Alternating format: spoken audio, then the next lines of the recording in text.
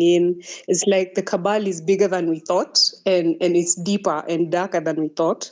So in terms of when it comes to the monies, I think we will need a proper audit. But like I feel like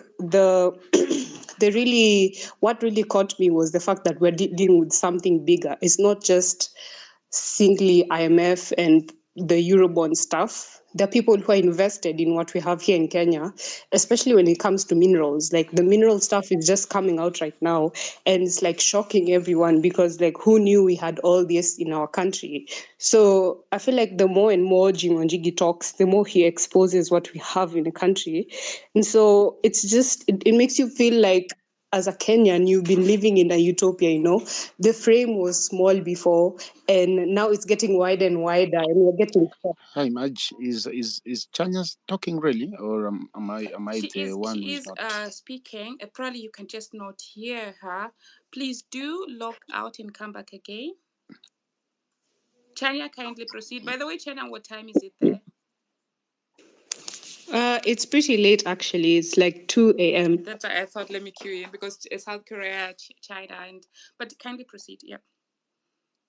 Yeah. So, yeah, I was just talking about all these clubs that Ruto has put us in and how it seems quite dangerous. But all in all, I think what Wanjigi was talking about, like we need a leader who's going to give us hope. I need a leader who's going to give us kind of like a dream, or like who's going to put us together and give us like our destiny as a country. He's going to create a path for us. And also, most importantly, I think what we need as a country is accountability, and this requires a lot of unearthing of a lot of demons. And I think the demons started even way before the emancipation, like during the colonization. And so I feel like it's going to be a long unearthing of like so many things that we have to deal with as a culture and also as a people. So yeah, in regards to like the debt and like the debt burden and all that, I think he made it clear that we can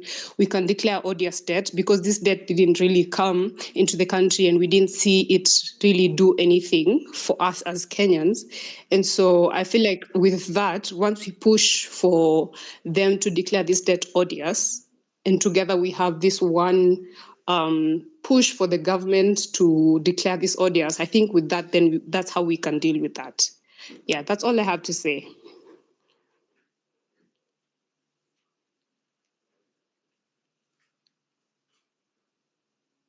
Thank you so much, Chanya. I was sharing the link in a group. That's why there was some interruption there. I hadn't, when I was preparing for this space, I was just still settling people. Nonini, welcome on board.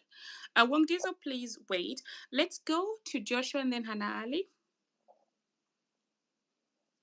Joshua? Okay, Hannah? Hannah, can you hear me? Okay, then let's go to Byro and then Wongdizo. Okay, those not speaking on the mic will have Can we please strategize, make serious plans, because we are on our own. We have some of the best talents here with us. Okie dokie, I had to mute as got Byron, because I'm not so sure if he wants to speak or wants to interrupt. I'll give you one more chance. If it's an interruption, we're going to remove you.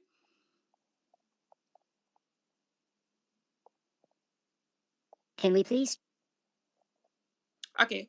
Wongdizo, kindly continue. Seems like somebody's trying to interfere with the space. I've removed him. Over to you. If you don't speak, we're going to put on another person. John, take a go. John Ochola.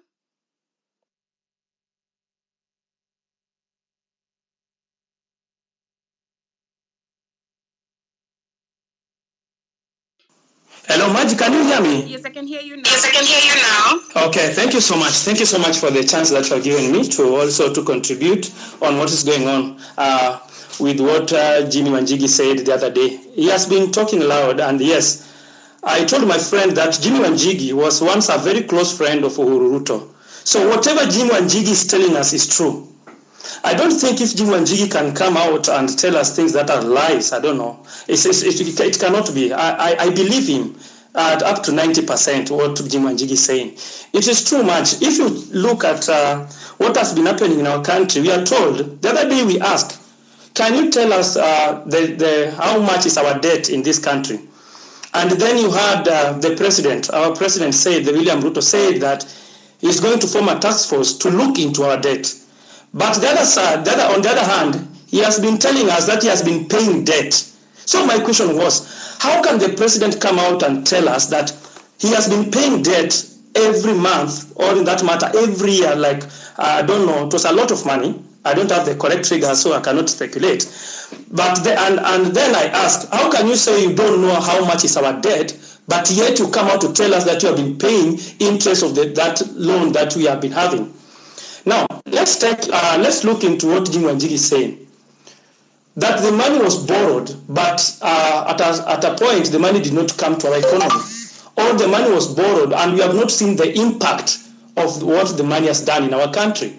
As a country, we can do the honorable thing the way Jimi Wanjigi is saying, that we need to look into, we need to ask, let's take an example that President Uhuru Kenyatta borrowed a certain amount of money. Can we hold these people accountable and ask the right questions? How much did you borrow, and what did that money did in our country? We need to see it. If we cannot see it or feel the money that was borrowed, then how can we pay something that we are not part of? Marge?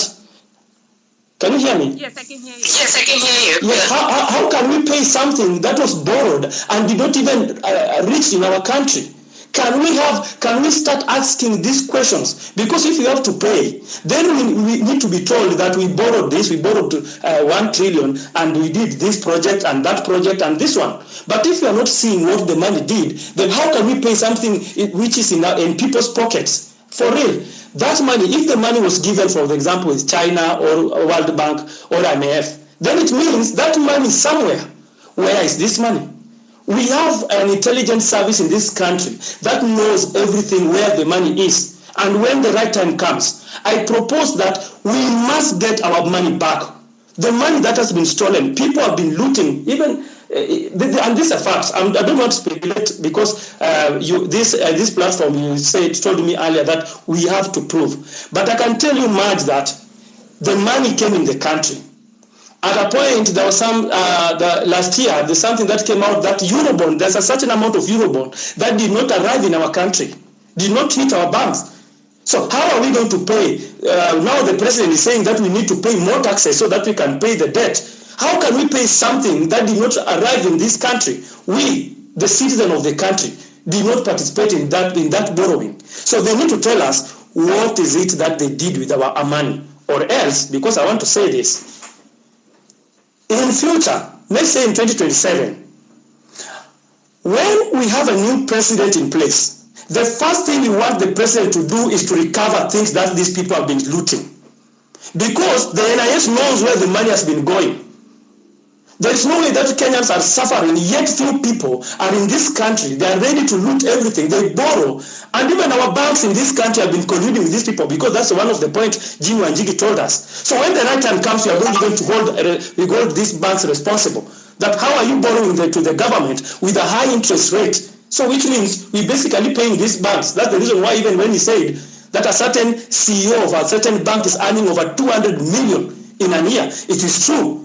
At the expense of Kenyans. So we need to do something. We need to do something when it comes to management of our resources in our country. Thank you so much, Marge. Thank you, Wangizo. JM Ikonya, kindly mute. And Wangizo, please also mute your mic. Thank you. Yes, I mean, I'm listening and I'm not really chiming in with my opinion. I will do that at the very end. It's interesting to just listen to what people are saying first.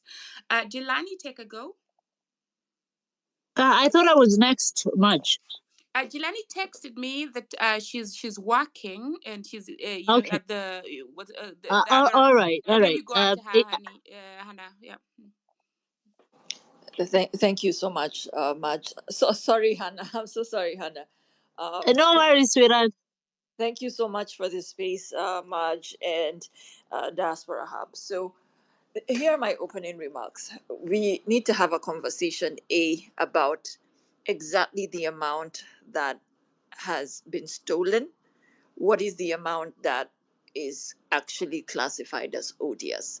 For it to be classified as odious, number one, we have to be able to prove, and I did a thread on my timeline last night.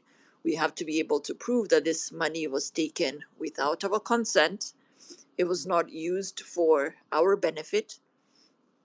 We have to prove the illegitimacy of the amounts that were taken. And we have to also show, as a democracy and as a sovereign nation, how, if these debts were now not being paid, like some sort of, it's like, I would say, like some sort of prosperity mechanism. Because at the end of the day, once you declare your debt odious, you end up, what's the word? You end up alienating yourself from investors who might be able to give you money, foreign aid, from donors. And for me, I thought that the solution for that was for Kenya to be able to build self-sufficiency. So that's another conversation we should have. If we classify our debt as odious, there are going to be consequences. So how do we build self-sufficiency as a country so that we are not reliant on foreign aid, we are not reliant on borrowing abroad, we are not reliant on, oh, IMF has said they're not going to give us 5 billion.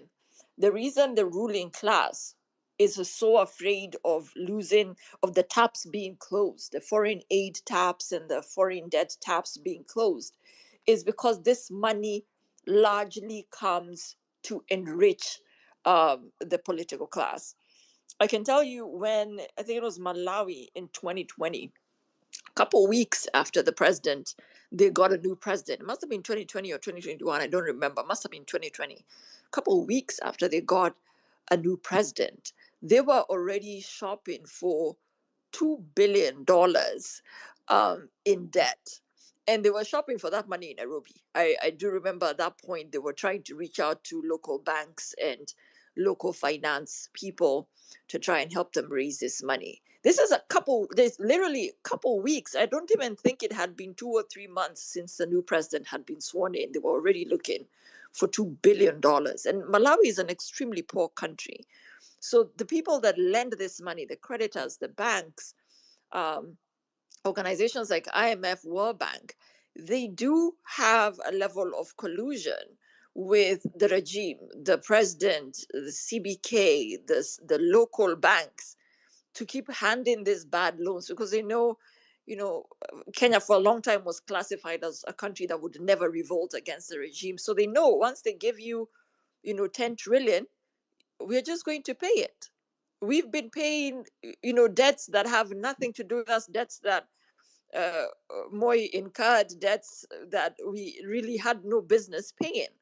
And I think right now is when, as a country, we are supposed to put a stop to it and say, listen, enough is enough. We're not going to pay money that ended up in people's pockets. And most importantly, once this debt is classified as odious, because we know we have Panama Papers and a few other exposés, we have all the dossiers, we know where the money went.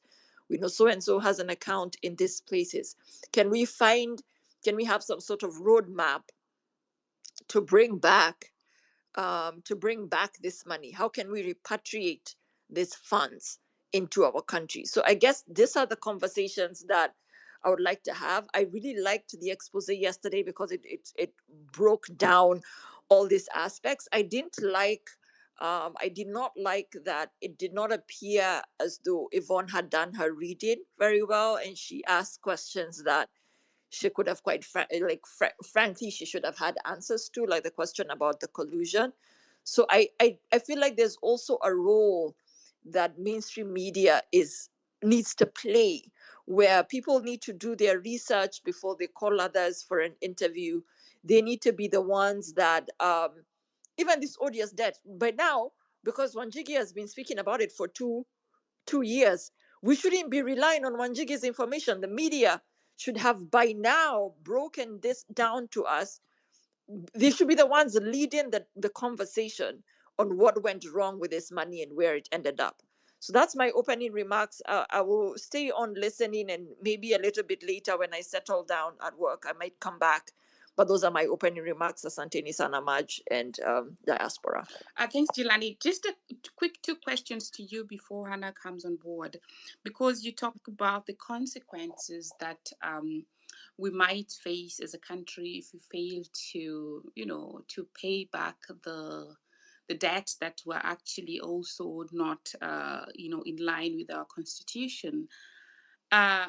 Would you kindly explain, because that is the point where even the journalist, and I think that is the point where she also failed. She assumed also that there are going to be consequences, and she did not really explain how these consequences would be and under which law they would be pegged on, because she pointed out that there's no international organization that deals with it. So it was quite shocking, because I thought, is she saying that because it's not regulated, then we should not address it? And then don't you think these international organizations also have an obligation to abide to our laws? I mean, I know it's a complex question to ask you at this point, but just chime in to a level where you feel you can chime in. There are other speakers also coming on board. Just back to you, Jelani. My understanding of it is that if a nation decides to classify its debt as odious, it's more constitution driven, parliament driven. So what is happening is we are going to our courts and we are saying this is an illegal debt.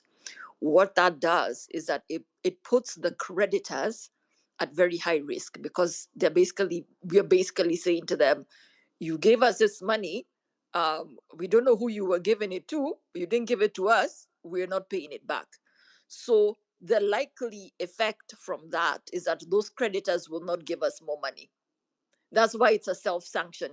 That's why I called it a self-sanction. It's a self-trade sanction. And other journals have referred to it as a loan embargo. You're sanctioning yourself. You're saying, us guys are bad. We are bad people to lend money. Don't lend us. Don't lend us money. That's what you're saying. Basically, classifying debt is saying, msitupe pesa. Like when you take money, maybe the easiest way is when you take money on Mshwari, or I don't know if they have that system now, but we take money on Mshwari and then you don't pay it back. Or Safaricom then say to you, oh, we are not going to lend you because you remember we gave you 5Gs and you didn't return.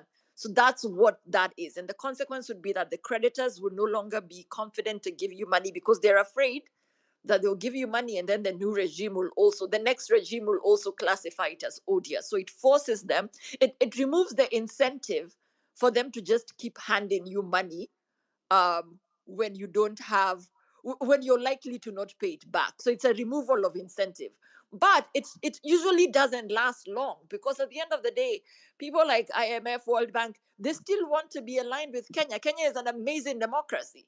So yeah, a few people might say we are not going to lend to Kenya money, but I am 1,000% sure at some point, a year, maybe a year and a half down the line, they're still going to go back to giving us foreign aid, right? So I don't think that the consequences, being unable to access debt in the short term would outweigh the consequence of having to pay debt right now that we don't owe. So that's my understanding of it. If there's other economists and people who are in finance, they could probably chip in, but that's how I got it.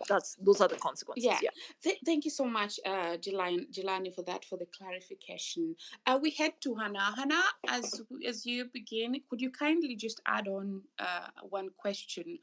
The obligation of the external creditors to also abide by the law, because I would find it very strange in other countries when people just lend money and then by the end of the day do not want to take responsibility for having gone, like, broken the law. Of course they can accuse us of not explaining to them the law, but aren't they also supposed to do some due diligence?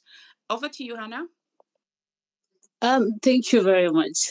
You are very funny. You asked me a question of where I was heading. I'm just gonna do an opening remark. I'm not gonna go into depth with it, but to begin with, let's remember that the globalist agenda still stands. And what would they do? They do not care whether it's Africa might be the bottom of the barrel, but everywhere they are lending, they have their own.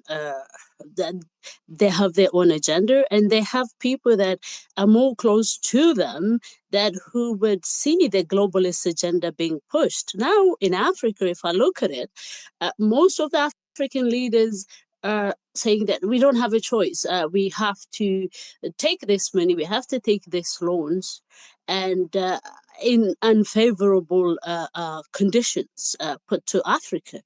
But then you ask yourself, these leaders, are they there to actually, are they doing more heavy lifting than the West leaders?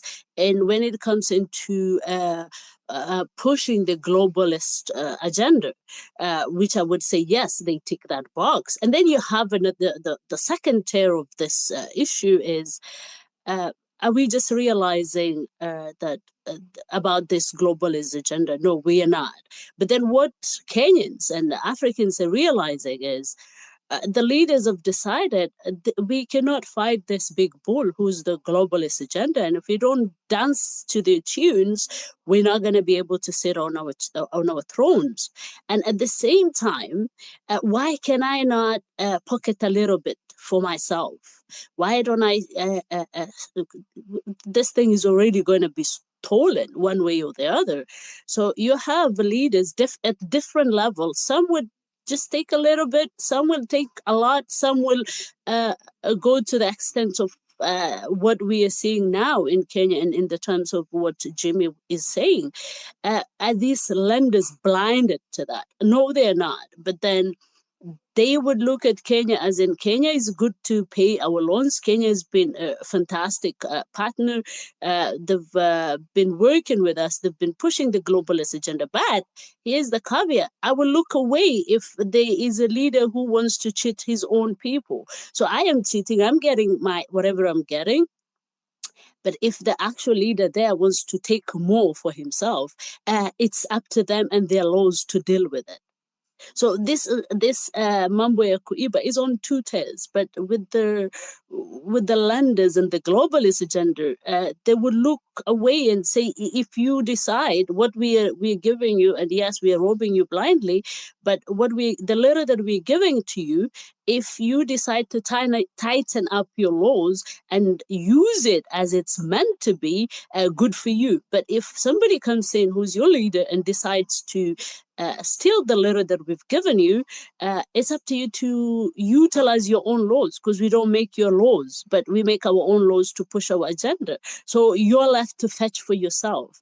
So what Wanjigi has done now is actually taken the sort of the cat out of the bag and showed Kenya, look, the only problem is not the World Bank and MFI and the globalist agendas, but is also our leaders, and this is how they're stealing on top of what it's already on top of what is already being stolen. But the letter that we're given on God knows what side, what kind of conditions, but that little as well, this is how they've used it. Now, Kenya I don't think the Kenyans and Kenya is going to go away from this. I think the idea we used to think is just small people that a group of people were just doing corruption. What Wanjigi has done is topped that scale of corruption and said it's beyond what you guys think. The money that we're paying back, that we've not even used it completely, has not been utilized anyhow in Kenya. So I think he's opened another Pandora box, and I would love to see how far this would unfold. I'll leave it at that, Aj, for now. Thank you. Thank you. I see that we're having more people requesting for, the mic. Let's go by John, then Salah, then Ja Ponji, in that order. John or Chola? Okay, I'll text him. I think he's not able to hear me. Salah, and then Okonko, actually, you before Salah. Okonko, go, then Salah, then Ja. Hi, I hope I'm audible. Loud and clear, please proceed. So it's evening in Kenya, so good evening everybody. I hope you're doing fine. Just for an opening remark, I'm going to try and be extremely brief. Now, I think when it comes to what Jimmy has been talking about, we are all focusing on odious debt and the debt that the government has incurred that we can try and classify as odious. But I'd want us to think currently. There's a lot of debt that we are incurring that can also be classified as odious. When it comes to odious debt, it is not something that we just wake up and say, "Oh, okay, we feel like odious today, so why don't we?" There's laws that govern there's laws that govern what makes a debt odious, and it is based on law. But when it comes to that, I'd actually come to say that currently, I would say that Parliament had granted the government the leeway to borrow up to 10 trillion. And right now, our debt is 11.1 trillion. Basic math says that the 1.1 trillion that is on top of the 10 trillion that we have already incurred as debt can be declared as odious, because odious, basically, another word for odious debt is illegitimate debt. Odious debt is illegitimate debt. So if these guys go ahead and borrow money above what the parliament that represents the people, or used to represent the people, has allowed them to borrow, that money that they have borrowed on top of that is illegitimate. So the $1.1 trillion that they have already incurred, we can call that illegitimate or odious debt. That is debt that has been borrowed by the government that has not benefited the people at all. On top of that, the money that they are currently borrowing is not money that is allowed to be borrowed by law. So that is also illegitimate. So if they say that we have ambushed the finance bill and they need to go and borrow money, first of all, they need to go back to parliament. Parliament needs to ratify the amount on top of the 10 trillion that they can be allowed to borrow. And when they borrow that money on top of the 10 trillion, that is now what we can consider as legitimate debt. But if they go on borrowing without the approval of parliament, that becomes illegitimate. So on top of that, just a simple other remark that I would like to say is Jimmy has been in government all through, and he has been involved in many of these major deals and major scandals that have occurred, starting from the SGR one. He is rumored to be the broker of the SGR deal. So when Jimmy talks, let us listen, because I think that he has a perspective on this issue that most of us do not know. We don't know the power broking that goes around behind closed doors, but this is somebody that has been involved in all that. So let us listen to him. And finally, let me just say this. I know it might be a bit out of topic, but let me say this. For those of us who are in the country and have been fighting all of this thing, there's this issue that has been coming up. Oh, this one has been involved in government, we don't want his help at all. Let me tell you guys something. Whether these people are clean or not, whether they are involved or not, as long as they are speaking the language that we are speaking, that this president must go, we should accept the help that we are getting. So we cannot throw somebody out. We cannot throw Jimmy out in particular. I see there's been a lot of rhetoric about Jimmy. I feel that it is so unfair for us to throw him out because he has been there previously. But the fact that he is speaking the language that we are speaking now, Ruto must go. I feel that we should let him be a part of us, but we should also try and manage what he does. So the fact that he's been in the system and he's been through this debt thing, he's been one of the power brokers. I think one of today's paper called him one of the most feared oligarchs in the country. What he's speaking should be taken seriously. But when it comes to debt, this issue of odious debt, it's not as easy as we think it is. But also at the same time, we are in a very, very strategic country. Kenya is a very, very strategic country. And I would also like to support what Jelani has said. We are a very strategic country. They might throw us out in the cold, but they cannot do it forever. Thank you much. Thank you so much. I'm a little bit, well, I understand and I agree with you that we need to listen to people, but we should not also underestimate the power that they have on these things, because that is how, we had the mandamano, but at the same time we had different arrangements. So it's like a two-edged sword, so to say. So that I just wanted to put out there, because for me to know a few things, of course I know them, but I also know the buttons to push, and that is the things he was talking about, the gun and the money. I'm very glad that nobody has ever gotten on TV to tell people how the rain is, and that is somehow just like Game of Thrones. That was really put clearly out there. But that now, let's also think about, yes, we are unfortunately governed by the guns and the money. But then, I mean, is he, how can I say, let's not forget the role he could play once, a position comes out, once, let's have such people speaking, but let's also be careful about, the way forward. Yes. Maj, a 30 seconds comment. I remember the late Mzee Kibaki who said, kwani ameamuka akakuwa mwerevu.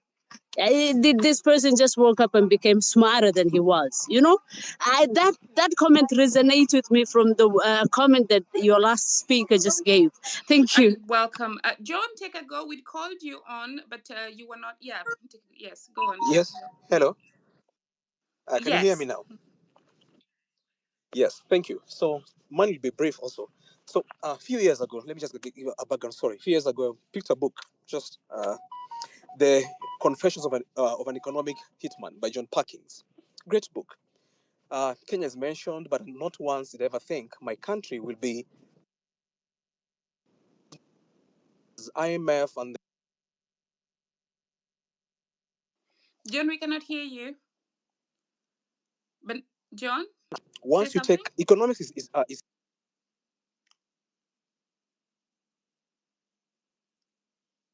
John, you're having difficulties here getting. Yeah. John, can you hear me? Okay. John, take a go, and then I text James. John, hello? John, try again. We could not hear you, but try again because I see you've been dropping. Yeah, go on. Okay. I can't hear Yes, John. please Can I go. go? 3 minutes. Okay. Thanks, Marge, and everyone in the space. My name is Jeff Wanji, and I've been in a lot of spaces. And what I'm bringing in today is the course of action. Wanjigi came on television, and it's not the first time. Wanjigi has been on Spice FM. For those of you who've been watching his interviews, and there are a few things that I would like to say. No one seems to care about the process of getting a loan, especially the external loans, because we all know that the loans that we have as a country, almost 70% are internal and 30% are external debts. That's where the IMF and the rest come in. So why do we have to take loan? We take loan to fill up the deficit that we have in the budget, and we take loan for development purposes, not to cater for the recurrent expenditure. Having said that, what are the laws in the constitution regarding external loan? Like for IMF to grant Kenya a loan, what does it take, and who is responsible for signing all those documents? That's where we need to start following the money. Otherwise, we'll be going in circles and start asking ourselves if Jimmy Wanjigi expose is correct or wrong. Most of us have gone through, I've taken a step further and double check and verified most of the things we were saying as true, because the data is available on the website of government. So let me continue by saying that apart from this odious debt, as the other speaker had said, we have to blame the Parliament of Kenya 100%, and that's why there's a new hashtag ongoing that we have to dissolve the government.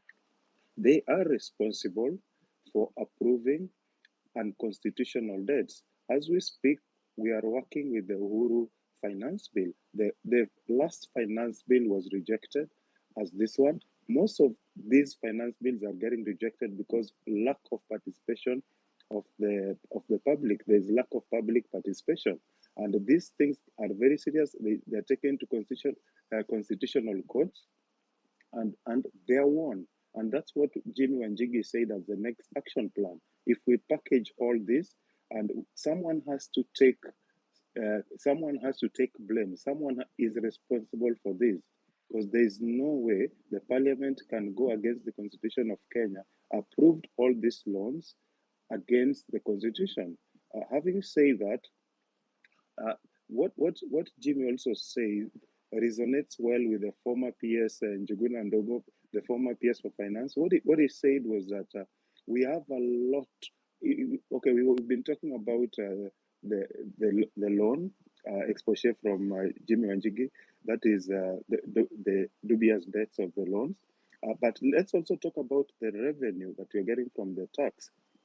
The former PS had an expose which seems like no one cares about. He said that most of the revenue that we are getting from tax are not being used correctly. Like, we have a lot of ghost schools and ghost teachers who are workers who are getting paid a lot of billions, millions, if not billions of dollars, and they couldn't even bring in a working government, it should be a witness in a court, but I don't understand how this works, because even Jimmy Wanjigi should be a witness, like in a court, He should be able to be put into, I'm not saying like it's right, it should be put into account. I think that's my submission for now. I'll be listening to others, and thank you so much for your time. Ja. And I Thanks. would like to just remind that we're now doing 3 minutes each, so that at least more people can also get a chance to speak. Thanks for highlighting that you've counter-checked the facts, and the question is really, if they got away with the previous, finance bills, and is there anything that's really going to change, and how are we going to change this? John, I'm going to add you again. I hope you're going to be able to speak.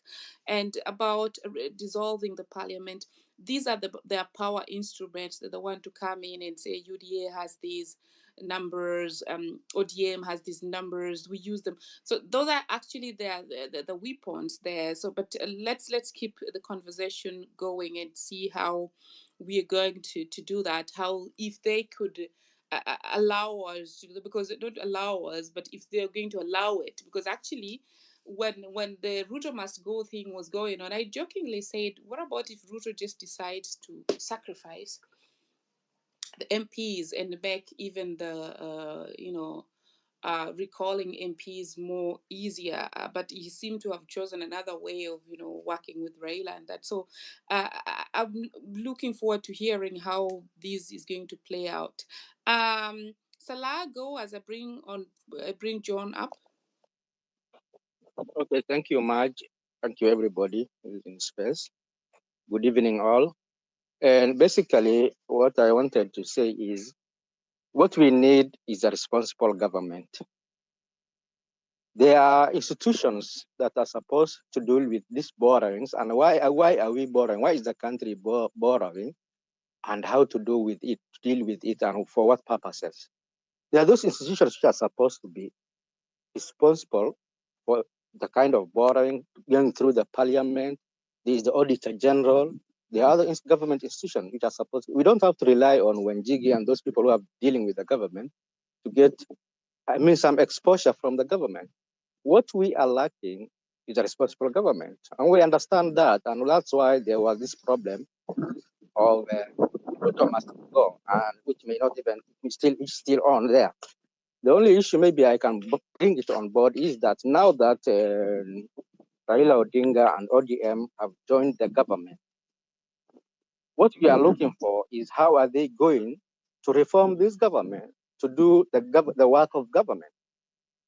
What are they going to change with the Ruto government so that things are done accordingly, according to the constitution? Things are done by the institutions which are responsible for it. How can we have a responsible parliament that can, the government can come through and ask the real questions for what purpose they want to they want to borrow for, and that purposes is adhered to, and that it's now the money is put in where it was asked for. In a situation like this, when we are having like this, and then the government tries to, usurp all the powers of all the institutions of this country, or put people in place whom it can use the way they want it want, then we will end up having this odious debts and whatever, and this borrowing and those kind of things. And probably some Western powers or other foreign countries, they really want us to be in this kind of a situation so that they can control us. What we ask and what we need is a responsible government, and I don't know. We need what the new addition can do to change some things. And I think we have short time, and we will see. And thank you all. I can see Madge is raising her hand. Thank you so much, Salah. I was trying to, stick to the 3 minutes. John, let's take a go. Hopefully now you're going to be able to speak. Yeah. Thank you so much, Madge, for the patience and the entire team. So yes, as I was mentioning earlier, the barbarians are at the gates. Actually, I think they've torn down the gates. They're inside. And yes, as I was saying, by John Parking's Confessions of an Economic Hitman, and yeah, from the last speaker, from Jelani also, I've had so there is Jimmy Wanjigi is part of the system in this particular way. This is how important this figure is. To bring someone to power in Kenya, Kenya is an important geopolitical country, the Western nation, because of course access to the sea, political stability, there is that. Of course, from the book we've had CIA operations in Kenya, so on and so forth. So yeah, from the last speaker, let me just reiterate this. Why don't we have institutions that carry out the mandate of the Constitution? Why do we need private citizens in the likes of Jimi Wanjigi coming out, who are actually part of the establishment? They're only coming out because the establishment is somehow done with such individuals. So they're coming back and taking a hit at them. It's okay, fine. Mgala muwe, haki yake mpe. In Kenya, we have extractive economic institutions. So by this, what I mean is that our economic institutions are built to serve the elites and the oligarchs, as they're called, I think, in the Soviets or Russia. So these institutions are only there to allow growth at a particular percentage or a particular level, such that the few who are in control of the system, as I said, economics is sovereignty. Whoever controls the economy, as Jim Cavil, the former political advisor to Bill, what do you call this guy? Bill Clinton, said it's about the economy. Stupid. Politics, everything always goes back to the economy. So it's like the multinationals and the IMF. Can they stay back with the odious debt? I doubt. If my interest is in taking possession of the wristband that you have, I will do every single thing to have it. Controlling Kenya is you're controlling a very powerful country in the in the eastern part of Africa, and in essence, you have access to Asia and the Middle East to a greater extent. So I don't think these guys will back off. It is the citizenry has to rise up, and that's why there was the Ruto must go. It is the entire system, the extractive economic and political institutions, all these guys regrouping. You see the position coming together. The system is shaken. The only reaction they're going to give is come together. This audience that we must listen to Jimmy Wanjigi. Yes, as I said, he's someone who's been in the system, and there's much more this guy knows that he has not yet been able to say. Probably, it's a bluff that is pulling on the system. That you guys, you have to listen to me, because I was in those rooms when such discussions were had. Oh, my time is up. Thank you so much, Maj. Yeah, let there be another speaker. But otherwise, the extractive economic institutions that is serving the political elite and the oligarchy. That is the problem. Thank you, John. I'll circle you back again because I see you have a finance background. We'll need your expertise too. But I'm trying to just, make sure that people speak fast, and then we can go the second round, another 3 minutes each. Nonini, welcome to the mic. Take a go. Yes, hi Marge, how are you doing? Thank you for giving me this opportunity. I just wanted to chime into the conversation, and I have a different outlook of this whole thing. Is that how do we empower like our people, Kenyans, especially wale wako mashinani, so that they're able to understand what audious debt means. You see, most of them they're out in campaigns, and whenever like anything happens, you can see the president always runs mashinani anapanda juu ya magari because he knows he speaks to. Can you hear me? Yes. Yes. Dennis, please mute your mic. Dennis, mute your mic. Let me mute Dennis. Kindly proceed. Yeah, so my point is, as we are looking at solutions on how to get this odious debt thing to be worked on, how do we speak to the mashinani people to understand it? Because if these people don't understand it, tunaachiliwa tu as the people on Twitter or the.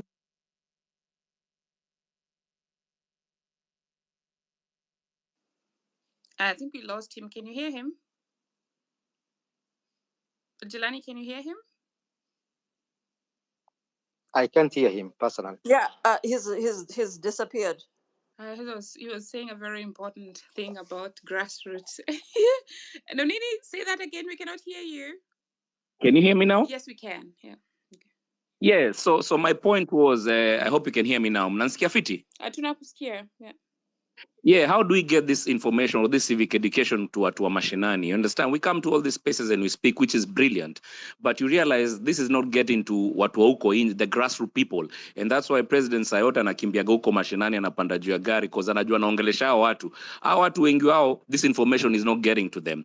And Jimmy has been speaking about this for a long time. Amekuwa huko Vibes, FM, Spice. I've been seeing him akiongea constantly, but it's just up to this a couple of weeks or a month ago is when people have actually picked it up because of the information being shared around the X spaces.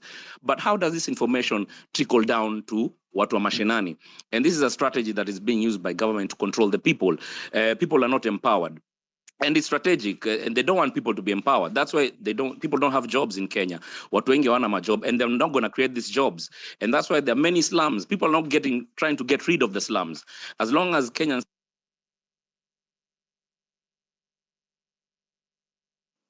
Yeah, I think we lost him again. I don't know, something with the network, probably.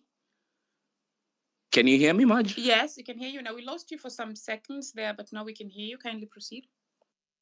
Yeah, so we have to look at this thing like, if the government will not empower the people, how do we empower them, even if we can't do it monetary, with knowledge, like the proper knowledge, so people understand some decisions being made by their leaders or their governor or their representative who's an MCA affects them directly. Mnanielewa? That's just my point I wanted to pass across. And thank you. And Paul, for the interruption. I don't know what's happening.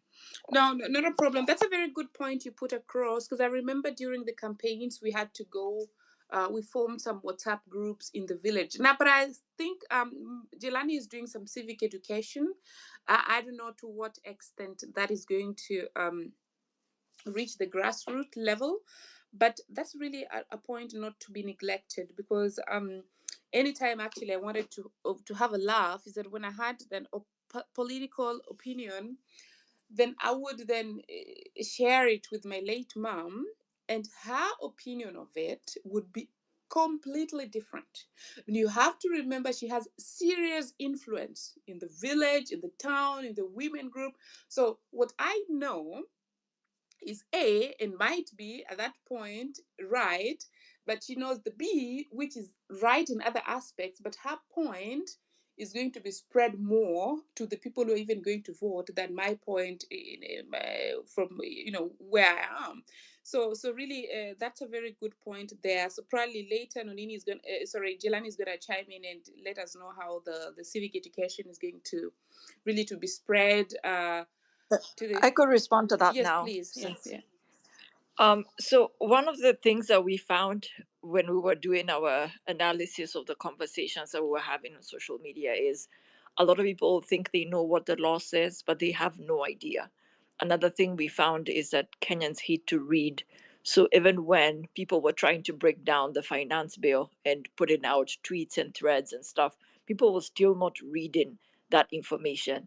But when there would be a graphic, I think somebody did a graphic, the people shall, and did some t-shirts, that really drummed up what Article 1 says. So our goal with our civic education is to turn all this information, whether it's information that's contained in the Constitution of Kenya, information that's in the Penal Code, information that's in like the public debt audit that Wanjigi did, convert that into graphics and then translate it into 40 languages.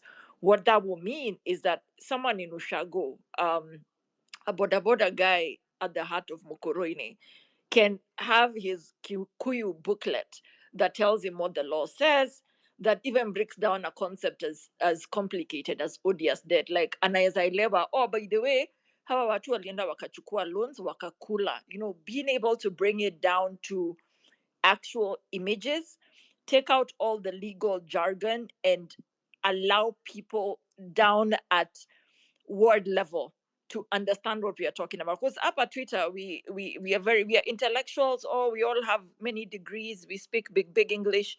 But like you're right, people in Ushago, they have no idea. And I think part of why our movement failed, let me not say our movement failed, but why we did not have the impact we intended, is because people on the ground, they don't know what we are fighting for. They just know, si mulikuwa mnataka finance bill iondolewe na sasa imeondolewa. They don't know information. That is the goal of the civic education that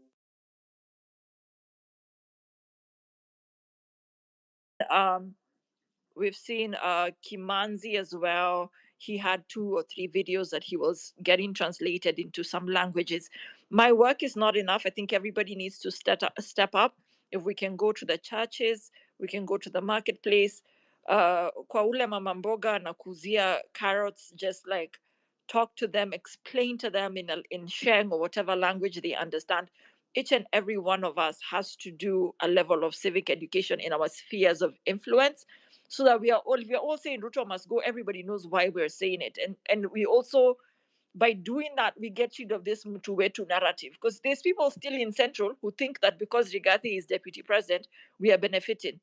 There's people who think that, you know, when it comes down to the ballot in 2027, that you could just vote for yourself and that is okay. So we need civic education, political education, and that's the scope of what I'm doing and the scope of what other people are doing, and hopefully that gets us closer to a liberated Kenya. Thank you.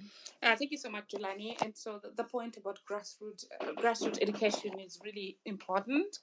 And probably we're gonna, because for 1 minute. Yes. Yeah, so not to take away from what you are doing, Jelani and Maj. Also, you guys are doing a lot of civic education, and we really appreciate you for that, for holding these X spaces. Just one last point is, like the other day, Elon and Trump had an X space, and it had about 1.2 million people listening. But you have to understand, Uku US, the internet penetration is like what? It's like 96% of the population of the whole the US. So let's look at Kenya. What's the internet penetration? I think it's about 36 to 40%. That's what I read somewhere online. But who's responsible for making sure that Kenyans have internet? Is it the private sector? Is it the government? How do we hold these people accountable? Because if these things start penetrating uko mashinani, that's how information will start flowing. Thank you so much, and you guys are doing a good job. Thanks, Sumini. What I was going to say is, like, when we were doing the campaigns, the 2022 campaigns, we had ideas of people actually having WhatsApp groups for the villages, because I think given the fact that we use the M-Pesa payment as a payment module, our villages actually have those phones because they don't have the internet and things like that. But still, we can still find a way of trying to reach them at the grassroots level, not only online, but just through. It's going to take a lot of time. But I want to, at this point, warn that the government has already started buying influence through Kindiki. And that is how all of a sudden, although it's not even his mandate, he's introducing some money for the village elders, because he knows, and that is the point we're speaking about here. We want to reach them. but he's reaching them already. He's buying influence through money. So when you're going to talk to them later, you're talking to them about people who are actually already giving them money. They used to be pesa ya wazee, you know. So and it's a point we need to look into, but we also have to understand that the government has already started campaigning and is buying influence using our taxes and the influences they get from us, putting them in position. So let's put more effort. Okie dokie. Now, John, I'll give you more time. I give you only 3 minutes, but I'll round up again because the previous speakers had more. Mkuru, Fred, and then Kenya opinion. Mkuru? Kuru Gen Z. Okay, then let's go with Fred Matiang'i for President 2027. Okay, if you're not able to speak, let's go to Kenyan opinion. Paul Kush. Also not speaking. So Mzalendo, we're gonna go next. But Fred Matiang'i, I want to say at this point that Matiang'i himself was really more of a dictator, whom we do not want to give more power to oppress Kenyans. So Kenyan opinion, go then before and now everyone is speaking. Just 1 minute, I finish. Allow me to go first. And who's speaking now? Kenyan opinion. Yeah, go on. Yeah. Now, it is very good that we're having these kinds of discussions. And I want to talk about 3 of the issues and discussion. And the first thing I want to talk about is the debt issue. And it's becoming very clear that as a country, our problem is not debt. In fact, over time, I have come to realize that as a republic, debt is just a narrative that is being pushed by the government to keep the people of the republic from actually discussing the real issues that have been plaguing us as a nation. And all those issues are practically one and the same summation of corruption and the looting of public resources and our natural resources. Because, in fact, even if we left the Jimi Wanjigi story out and said, yeah, let's say we have a debt, but what should we do? If the government of the Republic of Kenya wanted to pay our debt today, it wouldn't even need a lot of them to do a lot of things, because it's becoming very clear that we have enough resources, natural resources, from precious stones to gold and diamonds and all those other kinds of stuff. We are capable of running our economy without all these debts. But they use it as a narrative to keep us blinded and to shut us up. Every time we say we are not doing well economically, they say, yeah, we have a debt, we need to pay. So it's very clear to me that we don't have a debt issue. So then the question becomes, what is it that we need to do about that whole thing? Because it's a narrative. What should we do to stop it? So the first thing we need to do is tell them that now we know we don't have a debt problem. And we know that there has been illegal things like illegal mining activities that have been going on. They should be able to cater for all our needs. We know there have been mineral resources, all these things. They should be able to cater for us.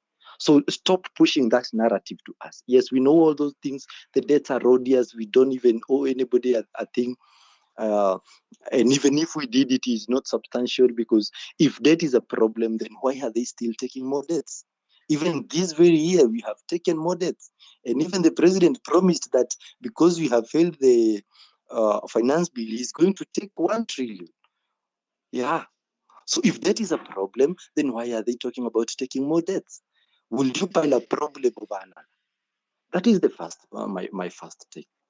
The second issue is the issue of inclusivity and including everyone to the narrative and on our demonstrations. The thing is, we want everybody, even Jimi Wanjigi, from all corners and all quarters. Welcome to the meal. Welcome to the family. But we have to be very careful, because These are the same people. Remember, as a student of history, how Jomo Kenyatta was gotten into the Mau Mau story while he never was actually a part of it. But he came and took control of the whole narrative. And today, 60 years down the line, we're still speaking of the same problem. So yes, I don't have a problem with every one of these people coming to the table. But we have to be very careful what seat we are giving them. I don't have a problem with people like Jimi Wanjigi coming and joining the hall, but let them stay at the back seats, because we don't want them coming and take control of the narrative, because these people are narrative pushers and they push narratives, take control of the narratives like Raila has always done, and then they end up conning the people. And by the time we realize it, we have lost the whole plot. And this is part of what actually made the protest to start losing momentum. So we cannot allow these people to come and take control of our story. We have a goal, and the goal is good governance that works for the people and make sure that everybody is able to get food on the table, basic needs. That is all we're fighting for, a government that works for the people. So we must focus on the goal. How we achieve it is part of the process, and we cannot achieve it if we allow hijackers to come and take part of it. And I do suspect highly that people like Jimi Wanjigi are being used as hijackers of the process. I know all these things they are coming out to tell us, they are true, and they are going to be very helpful in digesting. Could you please land? We want to try to do 3 minutes each so that each speaker can speak. Thanks. Back to you. Okay, let me just wrap it up. I think we need to allow them all in, but we also need to be very careful how and what we take from them. Again, let us try and do civic education as much as possible. Whenever you're talking with anybody, just share the information. Educate one person, educate another, and this story is all going to be out there to everybody slowly by slowly, and we're going to be there. Back to you. Thank you so much, Kenyan Opinion. I'd like to then give John to get his other next 3 minutes, because he got less. But I want to just point out the point that Kenyan Opinion is saying that Jimmy should be a backbencher. He cannot be, he will not be. He already has Uhuru Kenyatta in his pocket. He has Ruto in his pocket. He has Raila in his pocket. So let's talk to him while knowing that he's actually a kingmaker. And he confessed what people saw in him that would say now Jimmy can do this. He did not disclose everything, but let's not forget that he's not our normal private citizen. John, then Mzalendo. Thank you so much, Maj. Sorry, John. Now let's kindly focus on the solutions as we try to close at the top of the hour. Back to you, John. Okay, thank you. Allow me just to read. I have Orwell's 1984, just to concur with Jelani and Nonini. If there was hope, it must lie in the prose, because only there, in those forming disregarded masses, 85% of the population of Oceania, could the force to destroy the party ever be generated. The party could not be overthrown from within. Jimmy is part of the establishment. Its enemies, if it had any enemies, had no way of coming together or even identifying one another. Even if the legendary brotherhood existed, as just possibly it might, it was inconceivable that its members could ever assemble in large numbers than twos or threes. Rebellion meant a look in the eyes and an inflection of the voice. At the most, an occasional whispered word. But the prose, if only they could somehow become conscious of their own strength, would have no need to conspire. They need only to rise up and shake themselves, like a horse shaking off flies. If they choose, they could blow the party into pieces tomorrow morning. Surely, sooner or later, it must occur to them to do it. George Orwell, 1984. I'll finish up with this. I know we've said we want solutions to the problem, but I've been trying for the last few months, ever since we've been having the struggles of the country, to understand where the genesis of the problem. Because if we don't have proper diagnosis of the problem of the disease, we might be treating particular symptoms without ever reaching the goal. So the year is 1963, Kenya gets independence. What happens to Kenya and most sub-Saharan African countries, and you look at Southern America, other than some countries in sub-Saharan Africa, for example, the likes of Botswana, the system that the British created, the institutions that they built at independence were inherited by our forefathers. They never took umbrage at the kind of exploitation that the people had, because it benefited them. It did benefit them and their family and their colleagues at a particular point, not knowing they're creating a monster that could be exploited later on. I am a believer, yes. Might be, edging towards conspiracy in this, but I do believe there are powers at work. But these powers, I mean corporations, the multinational. And still, yes, we can't discard what Jimmy is saying, but at the same time, be careful when part of the establishment comes out. We should not entreat. Be careful when the devil entreats you. No matter how gallant the party is, oh, be careful. Give no room to the devil. This is an establishment coming out and saying and bringing out all these things. And David Lee said something. I will end at this point. Not much, just something we can think about. I'm still reading, still trying to establish what is and what is not. David Lee tweeted and said, how can he be found when he staged his own abduction? David, we know him to be someone who, is with his rhetoric and all that. There's something he knows. Being an economic advisor of the president, there is something he's privy to about Jimmy Wanjigi, that the government knows where this man hides. They just can't go to him because they're creating a character. It's like a movie. There's a director. You're trying to make Michael Scott to become the best character in all of sitcom. So what do? Give little bit of nuggets, make him the hero. Yes, listen to him. But I know if the system is coming after you, if the establishment is against you, they'll crush you. That I know. Again, Kenya is an important geopolitical country. I don't think the West will let us slide or get into economic oblivion. They'll always try to get us out, but at what cost? We must ask ourselves. The Western world is going to come to rescue us. We've seen IMF already meeting John Mbadi, all the SES. We saw Meg Whitman meeting with the deminer, for pun intended. We must be careful.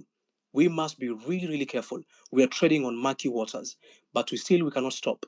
We must do we must do that which we can. Thank you so much, Madge, for the opportunity. Thank you so much, John, for that. It was really, really very good. The submission there, we need to be very careful. I see that Willis has joined us. Welcome to this space. Directly going to you, I'm going to give you the mic. What's your opinion and what's going on in the expose with Jimmy? What do you have to say? What are the just the first of all your opinion, and then the way forward, what we need to really go, because we are on solutions. Over to you.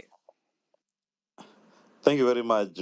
Thank you very much, Madge, for inviting me and allowing me to speak. First, what I want to say that it's quite unfortunate for someone to insinuate that Jimmy Wanjigi can organize whatever has happened to him. I'm his lawyer, and we're in court. I saw his family being attacked. I witnessed Maina being attacked by more than 10 police officers who are fully armed. Wamboi was slapped in the house. The wife was slapped in the house, pinned on the floor.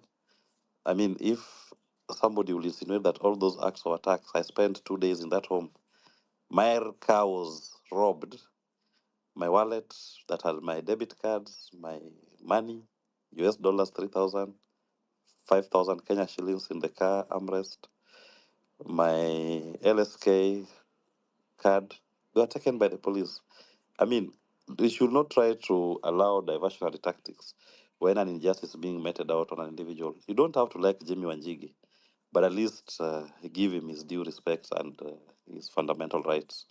The second thing I want to say is this, and also before I conclude that, if Jimmy Wanjigi is capable of staging all of this, and David Ndi is saying what he says, nothing will have stopped them from arresting even all those officers. Someone who can stage an attack on his own home, where at one given time there were more than 500 police officers from different contingents, from the ATPU to administration police to regular police to DCI to NIS. And ultimately, there was even a presidential jammer, that brown Prado, that is normally part of the advance team for the president, that disconnects all communications. At some point, when we were trying to drive out of the compound, all our car keys were not turning on. I didn't even know that that is possible with a jammer. They had disconnected all electronic transmissions from cars that use electronic keys. So, I mean, it's actually unbelievable that someone would think Jimmy will organize all of that or have the capacity to organize that kind of atrocity against himself, his family, his friends, and his own lawyer. And today, even as we speak, 4 members of Bunge la Mwananchi Jacaranda have been held in police custody to date. They've gotten custodial orders against them, and they're trying to charge them for the fabricated offenses. It will take an extreme genius to organize and coordinate with all those agencies that now it's reduced to David Indy saying that he's organized all of this. But fundamentally, the most important thing I wanted to say is this. Whatever Jimmy has spoken about, he didn't start speaking about it last week or this week. When Uhuru Kenyatta was still president in the month of July before the elections, Jimmy Wanjigi presented his own forensic audit of the national debt. And he presented it in a paid up advert that was aired on NTV,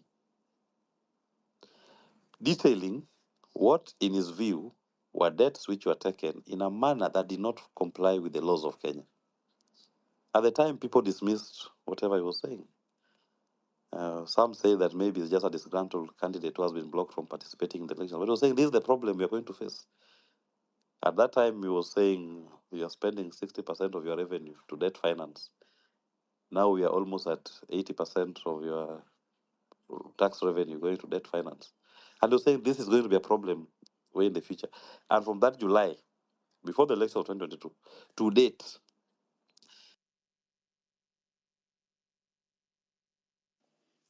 I cannot hear you. Can anyone else hear him? No. Yeah, I think we lost him. Willis, we lost you. Okay, let me text him that we cannot hear him. As we wait for him to come back, I think, wait. Mkuru, are you able to speak? Because if you're not able to speak, then I'll remove you from the panel and bring on somebody else because you've been on the panel the whole time. Mukuru, then Fred Matiangi, are you able to speak? Because otherwise we free those 2 mics as we wait for Willis to continue. Okay, Willis, kindly proceed if you can now speak because we couldn't hear you. Okay, let me remove this from the speaker. Otherwise, Mzalendo, take a go as we wait for him.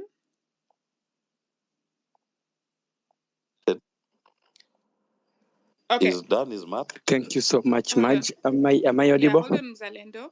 Willis, we were not hearing you the last 1 minute or 30 Okay, seconds. sorry. So Let me just repeat. Okay. Thank you. Yeah.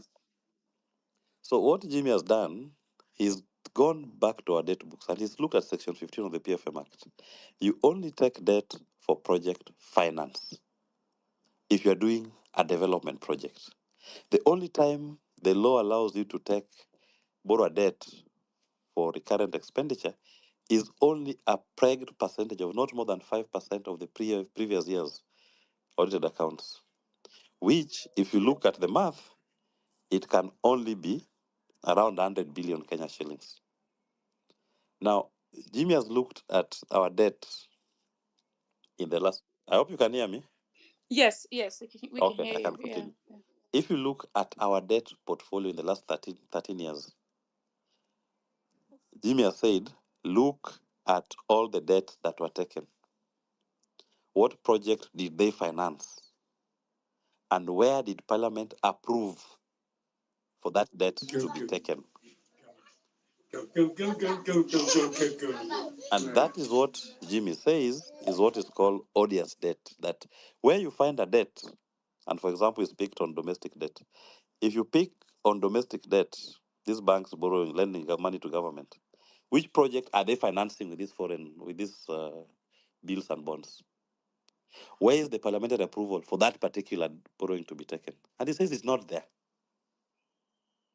If that be the case, then the debt that has been taken through bills and bonds is odious. It's illegal debt.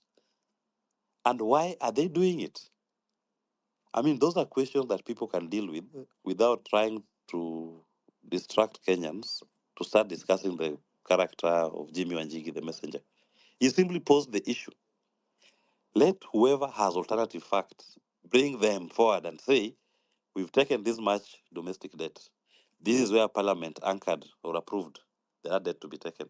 This is the project which that debt financed.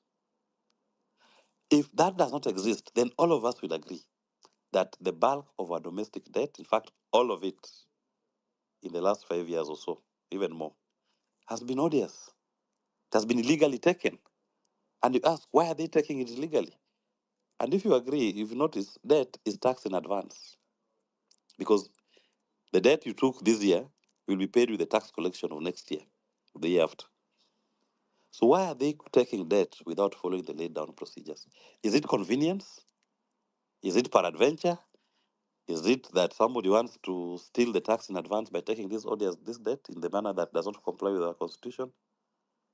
He has done what we call a balanced primary uh, balance, primary balance of our revenues vis-a-vis expenditures in the last 13 years, removing what we'll call as payments for debt finance.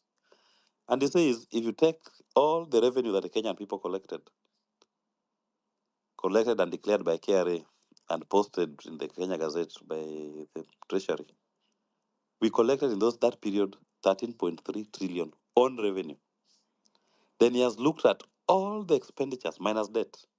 What in our books we spent this money on. Our entire expenditure minus debt was 14.6 trillion. And taking a debt is normally meant to plug in the deficit. And Jimmy says, if all your money that you collected was 13.3 trillion, all your expenditures minus debt was 14.6 trillion, your deficit was 1.3 trillion. Anybody can do that math. And the documents that he's using to calculate these figures are publicly available. They are documents published by the Central Bank, National Treasury, KRA. He says your deficit was 1.3 trillion. So in that period of 10 years, if you wanted to borrow money, because debt is meant to plug a deficit, what is missing, it was only a deficit of 1.3 trillion. But we took 7.7 trillion.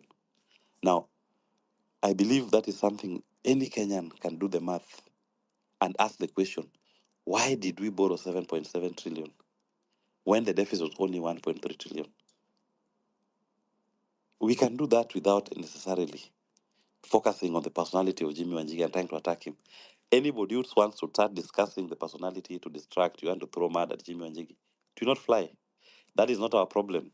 Jimmy Wanjigi is not our problem. Our problem is debt and the people who are perpetuating these illegal debts. Let's ask them to give answers. If they took debt to spend on recurrent expenditure, let them come and say. Then as a people, we ask them, why did you spend our money on recurrent expenditure when our laws told you cannot do it?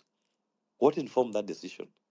And this is important because, especially if you take on the domestic debt pockets, government is borrowing from the domestic market.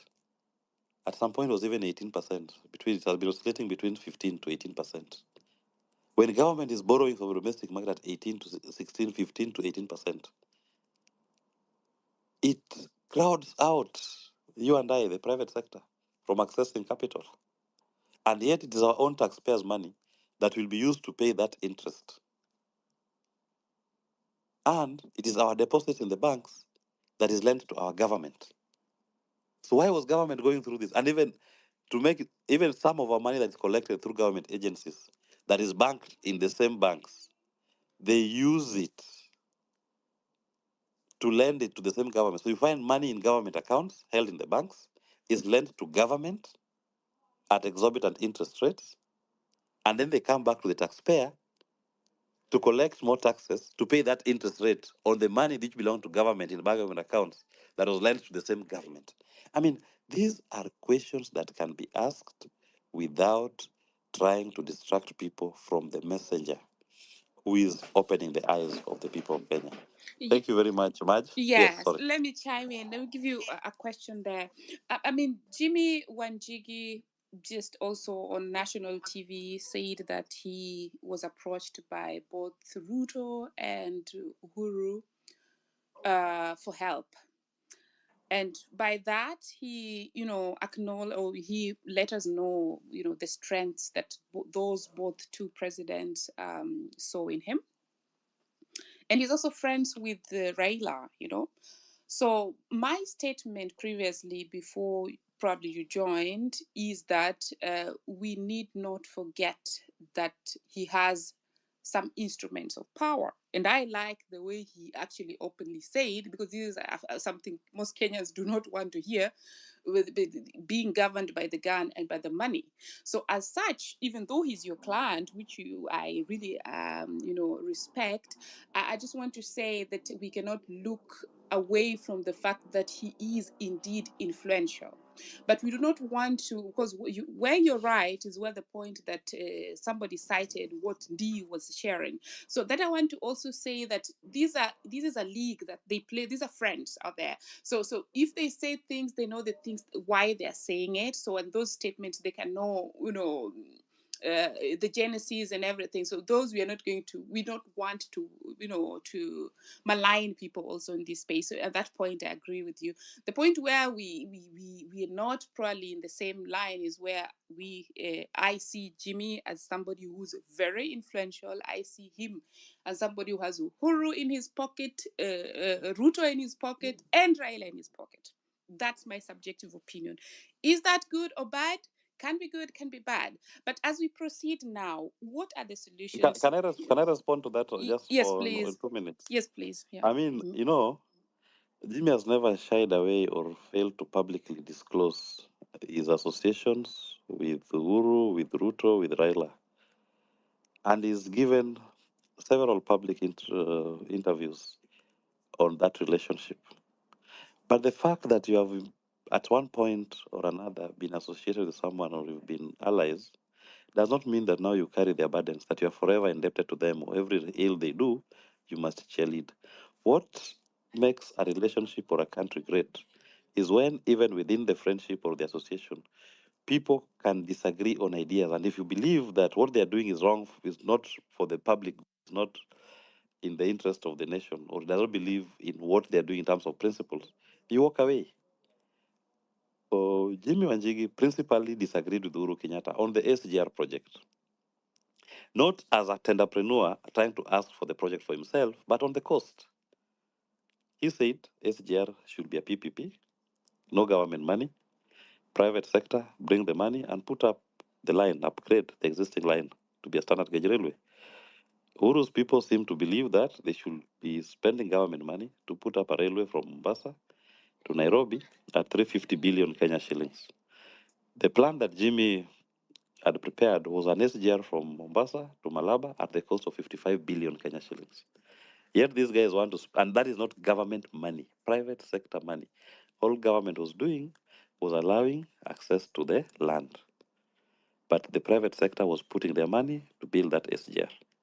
Uhuru Kenyatta thought it was okay to spend 350 billion from Mombasa to Nairobi, not even Malaba. 350 billion. And he said, no, this is something that ultimately is going to cost this country. And he walked away. So some people try to insinuate he was in the SGR contract tender. He was not. And he made it clear. In fact, at one point, Uhuru called his entire cabinet standing outside the steps of State House, where they called the person they were calling the business cartel, who is anti-development, trying to stop a project that is going to build this country. They took ownership of their project and they did it. Now, if the easier way out for Jimmy would have been to say, since this money is going to come from government, now we are not going to spend private money. He could have easily said, okay, fine, let me get in and continue with it. We eat the money together. He chose not to. He walked out. He didn't participate in that grand haste. He walked out. Any other Kenyan would have said, if you're going to get 350 billion for nothing, why not? So he disagreed with Uhuru on that, and they parted ways. When Raila, his great friend, did a handshake with Uhuru, he didn't agree with that handshake with Uhuru, but he recognized Raila's right to have a handshake, and he kept away. When Ruto even came to the NDC of Safina Party, and he told him, I'm not joining a political campaign.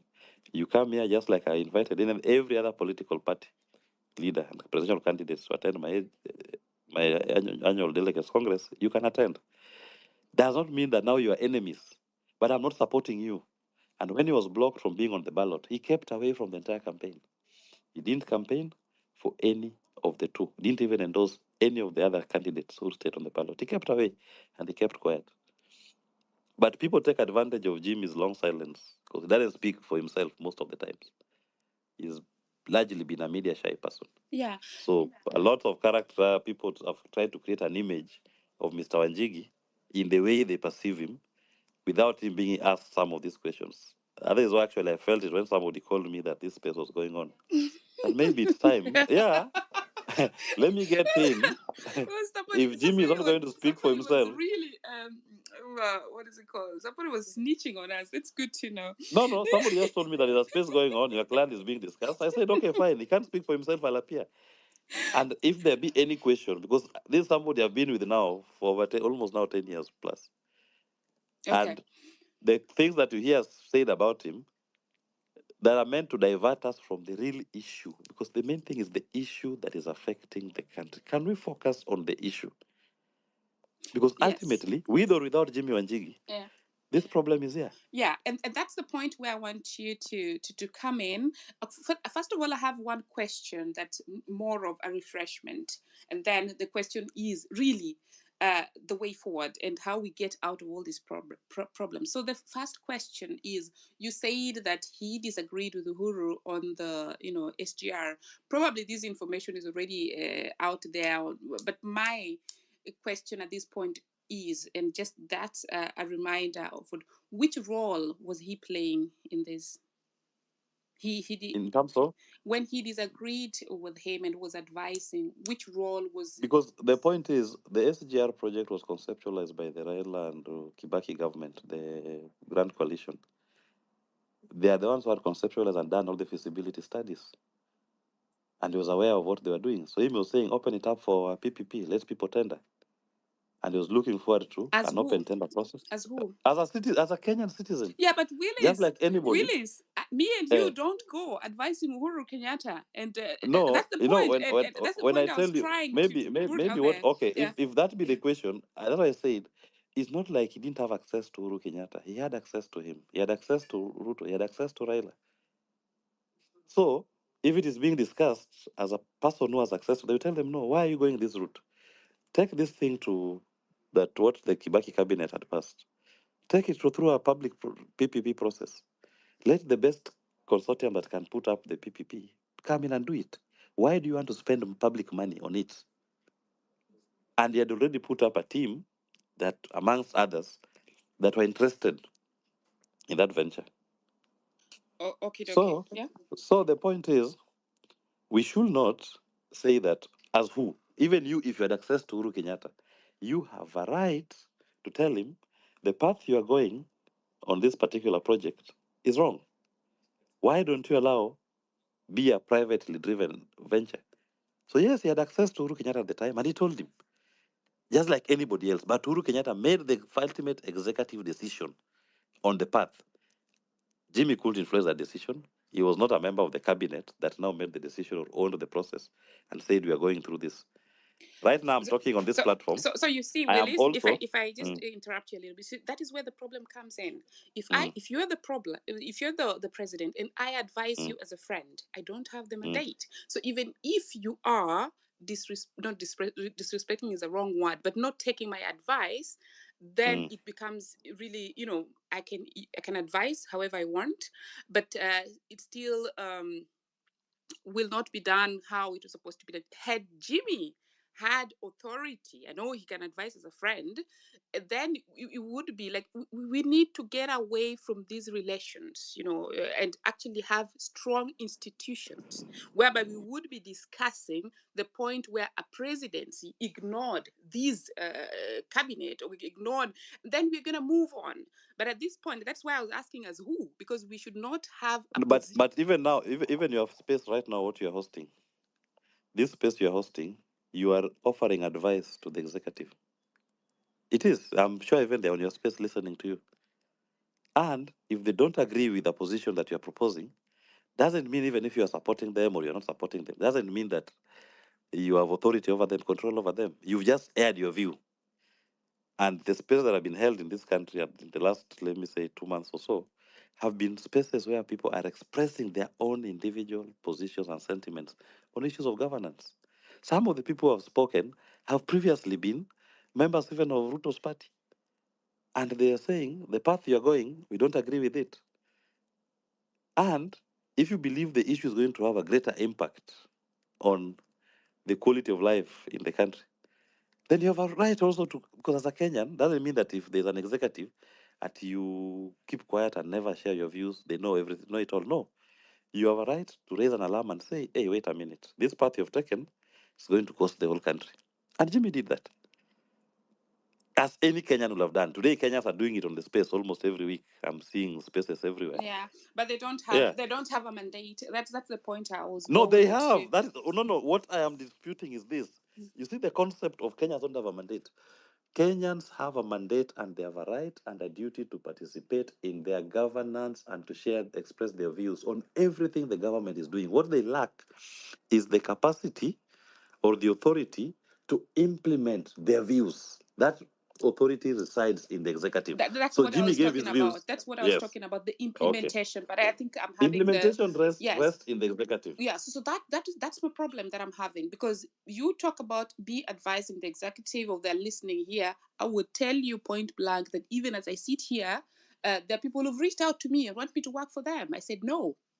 So yes, I could advise, but when I'm advising, I want to be at the position of advising as an official, whereby I have the constitution, and we were following some procedure, because otherwise we are running a country like our backyards, and this is not to look at Article 10 of the Constitution and Article 118 of the Constitution on public participation, and then look at the Court of Appeal decision on the 2023 Finance Bill, where the court actually says the executive is not an absolute.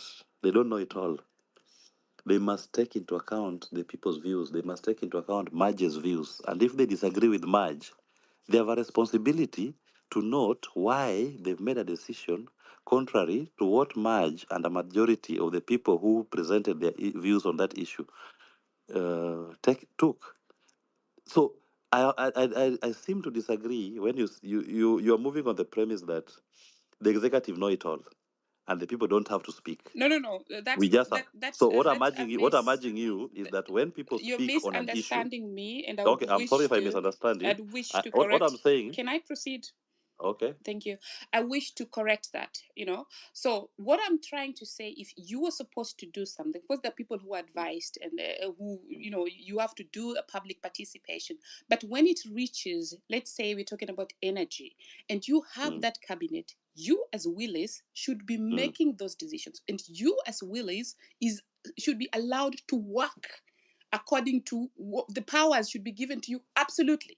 So when you're doing what does it mean to be allowed to work? Because no one stops cabinet meetings. You allowed to really implement what your position allows you to do. We shouldn't have situations whereby Muturi is coming out to say the president does not listen to me and things like that. So what I'm saying is public participation, that is fine, that happens. But now we have a situation whereby there are people in the government who are not able to perform their functions as they're supposed to be, because our system as it is does not allow.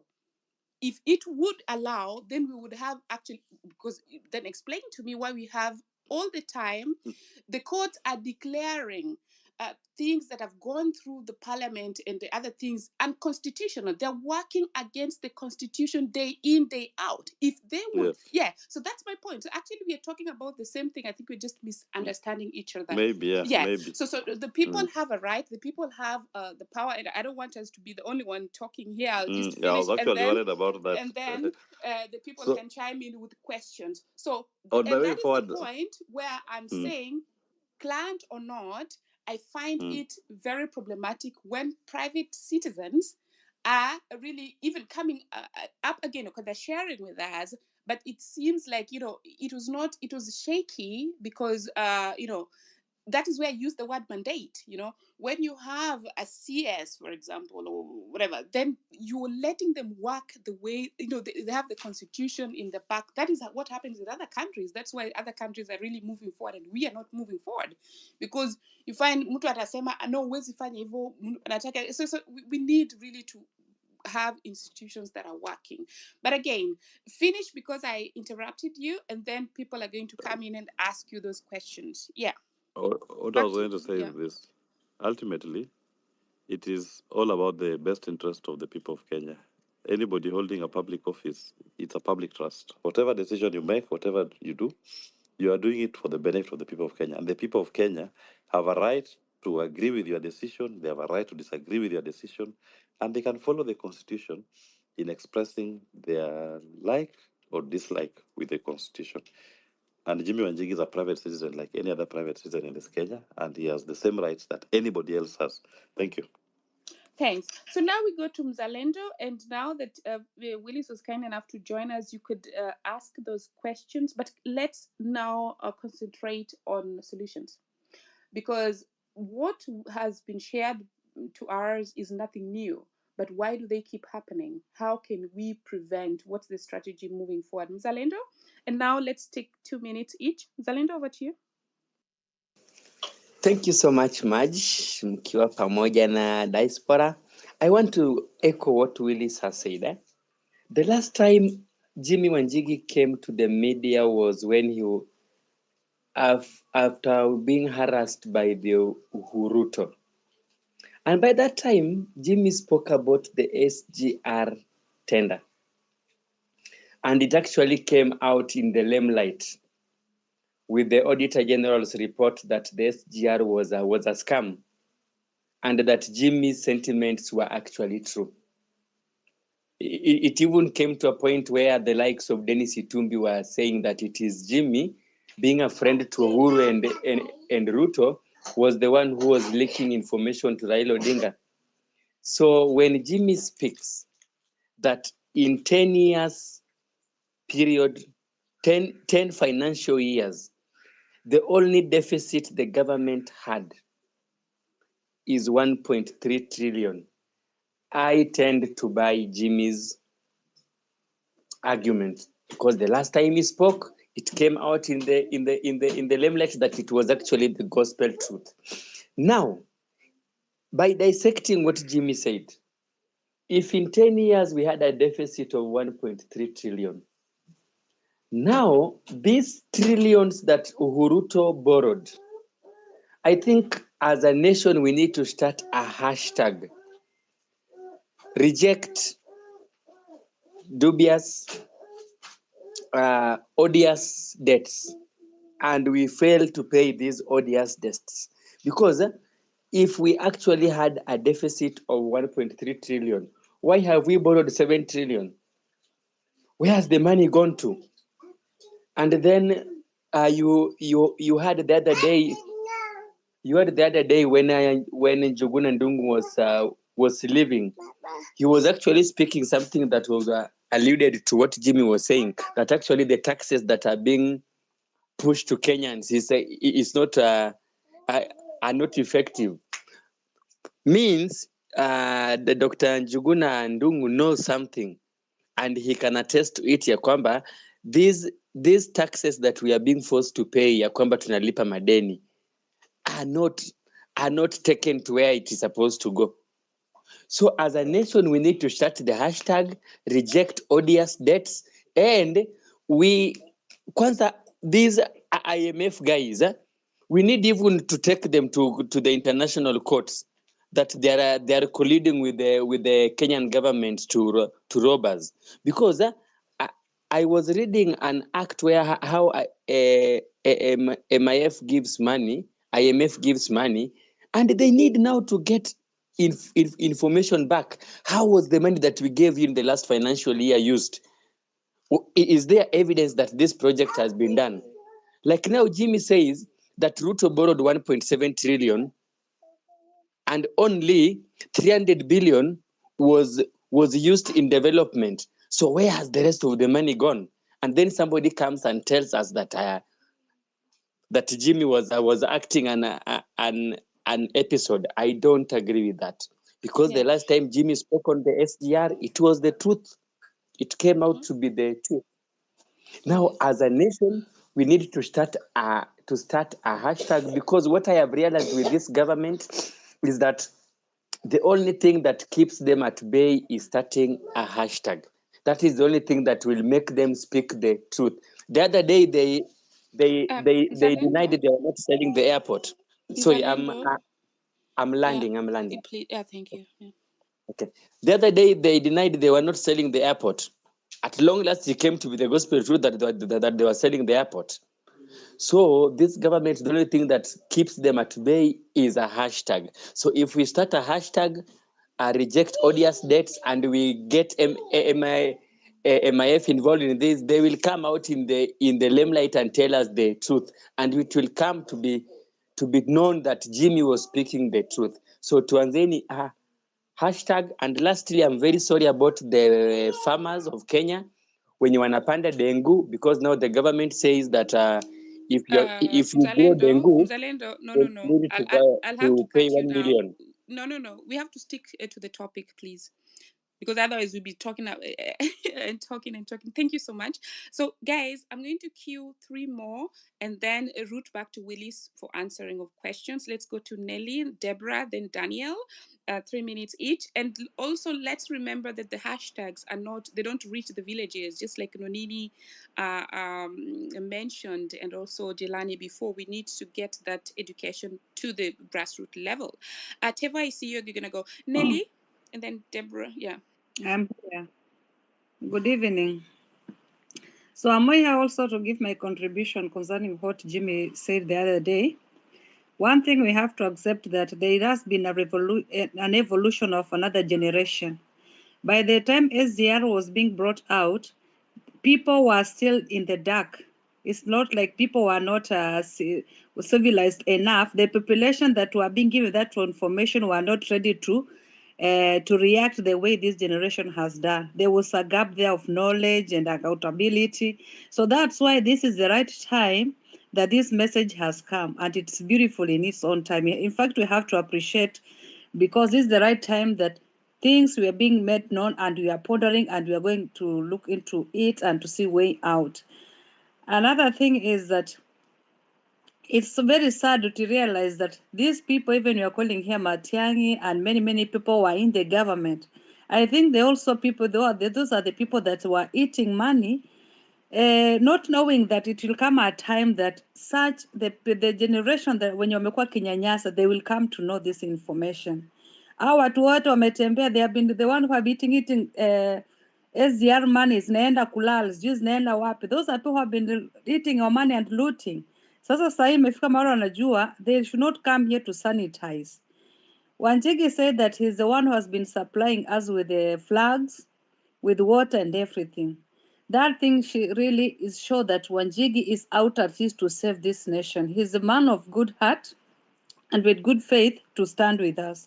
So he's the kingmaker, as one of us has said. There is a man to watch also to see how he can help us. And I also want also to tell you that we don't have to wait for 2027.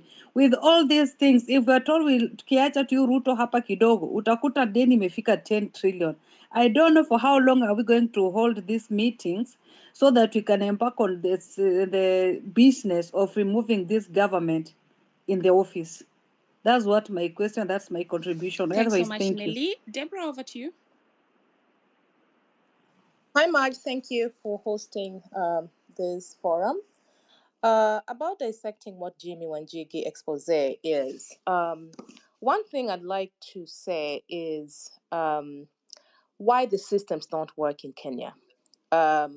Yes, we have systems, but they're purposely put not to work. Like right now, yes, we have CS and all that, but the person running all these things is Ruto. Ruto is a micromanager. So we can have all this CS, everybody advising, but Ruto is the one who's making his own decision. So yes, we have systems, but they're being made not to work. And then also regarding Jimmy, we don't kill the messenger, you know? We hear what the messenger has brought, and then it's our duty as citizens to dissect it, to find out, is it true? We need to investigate the expose. He has said this amount of money was taken. I don't just take it as a gospel truth. We need to investigate. Somebody like George Anamo, he used to do a lot of investigative journalism. Why can somebody go out and investigate this and come out and say, okay, Jimmy Wanjigi said this, we have investigated, this is what we've come up with. So I would not beat the messenger. And also, whistleblower. Whistleblowers, there are laws here in the US that protect the whistleblower. You can be in a company working for that company and you whistleblow things happening in that company, and the laws will protect you. So to me, I would take Jimmy Wanjigi as a whistleblower, even if he was a friend to Raila, to Uhuru, to Ruto. Now he's being taken as a whistleblower. He has brought this thing out to the limelight. Now, how do we take it from here? How do we investigate and find out, is it true? Has Kenyan borrowed all this money? Where has this money gone? And then for the diaspora who are here, IMF is an American institution. You have your representative where you are. You can write to them and inquire. IMF is lending money to Kenya. As an American citizen and as a voter in your district, I would like you to go to Congress and find out, where did this money go? I would like a report. How was this money used? You know, us here in the diaspora, we have a lot of leverage that we can do. If indeed IMF gave money to Kenya and it was not used for the purpose that it was intended to, we as American citizens can hold our representative to task and ask them, as an American citizen, as a Kenyan American citizen, I want to find out, IMF gave this money to Kenya. How was it used? Can you account for each and every dollar that went to Kenya? If we have a lot of voices going on and asking our representatives here, we will find an answer. So yes, it's a good thing. An expose is out. So it's up to us, diaspora. Let's do our due diligence. Let's write to our congressmen. Let's write to our representatives. Let's make trips to Washington. Let's make a trip to the IMF in Washington, D.C. and find out, you gave this money. What was it used for? So I think it's a good thing. Now it's up to us. Let's take the task and find out. If they gave the money, what was the money used for?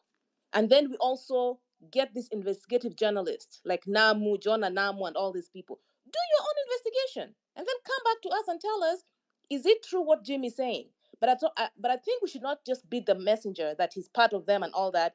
To me, I would take Jimmy as a whistleblower. Thank you. Thanks so much, Deborah. Actually, I had another question for Willis. I see he's dropped, so we'll bring him back. But now, talking about questioning the debt, also from the diaspora, the last time we had a session with the Citizen, and there was a Kenyan in the US who is a professor. I'm trying to remember his name, Monda, something like that. He said the journalists went to dance and take selfies when Ruto visited the US. But until to date, that's why I'm talking about implementation. Until to date, nobody has discussed the deals that were made in the US. Deborah, you're in the US. Yeah. So the journalists back home are disappointing, and the diasporans also, they try, a lot of them try, but where is the journalistic responsibility of finding out what is going on? So you are right that the journalists are supposed to do to find out. Let them also tell us the deals. Until today, since Ruto went to US, nobody has really outlined those. They need to outline. The question that I have to Will is during the interview with Yvonne, she was mentioning the consequences that there would be if we refuse as a country to pay the debts that are illegal at this point.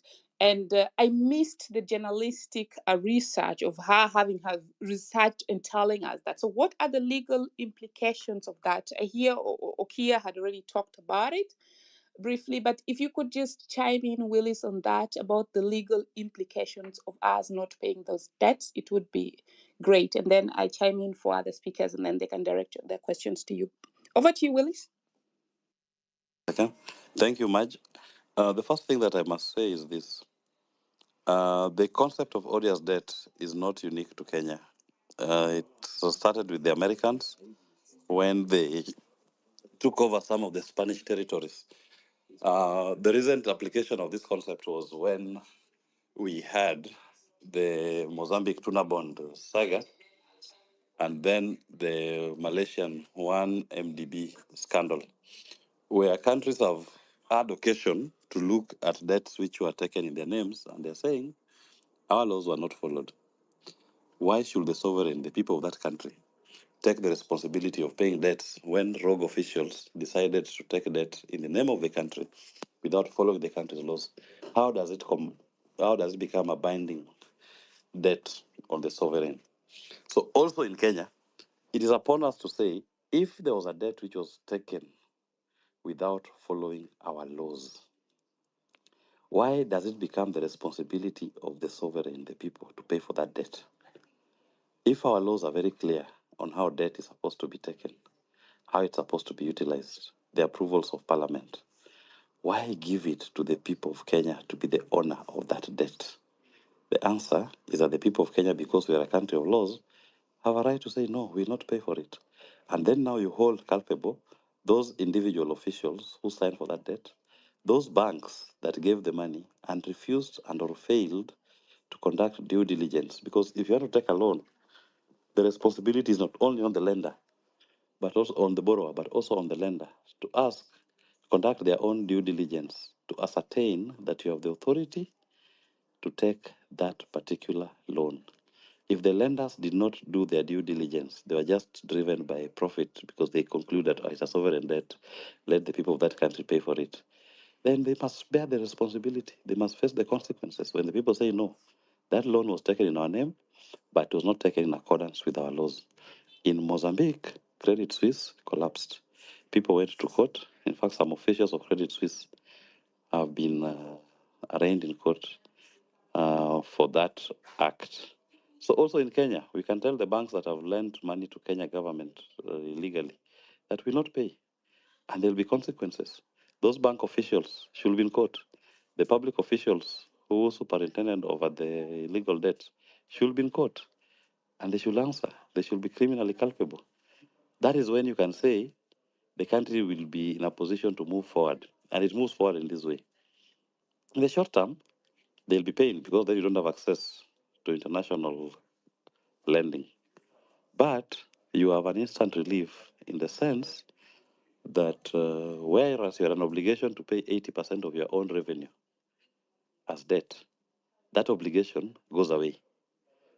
So the new administration will have to learn how to live within its means and not rely on international finance or access to domestic market to implement its own projects.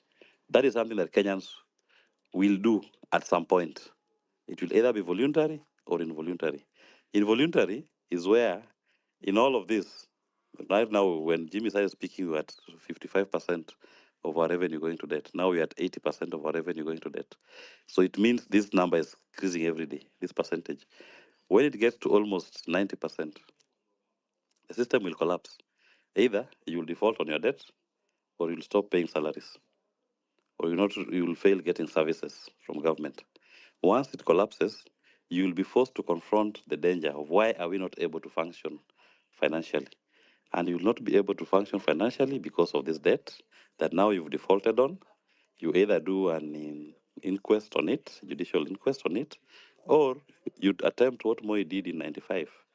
You try to restructure the debt and renegotiate it.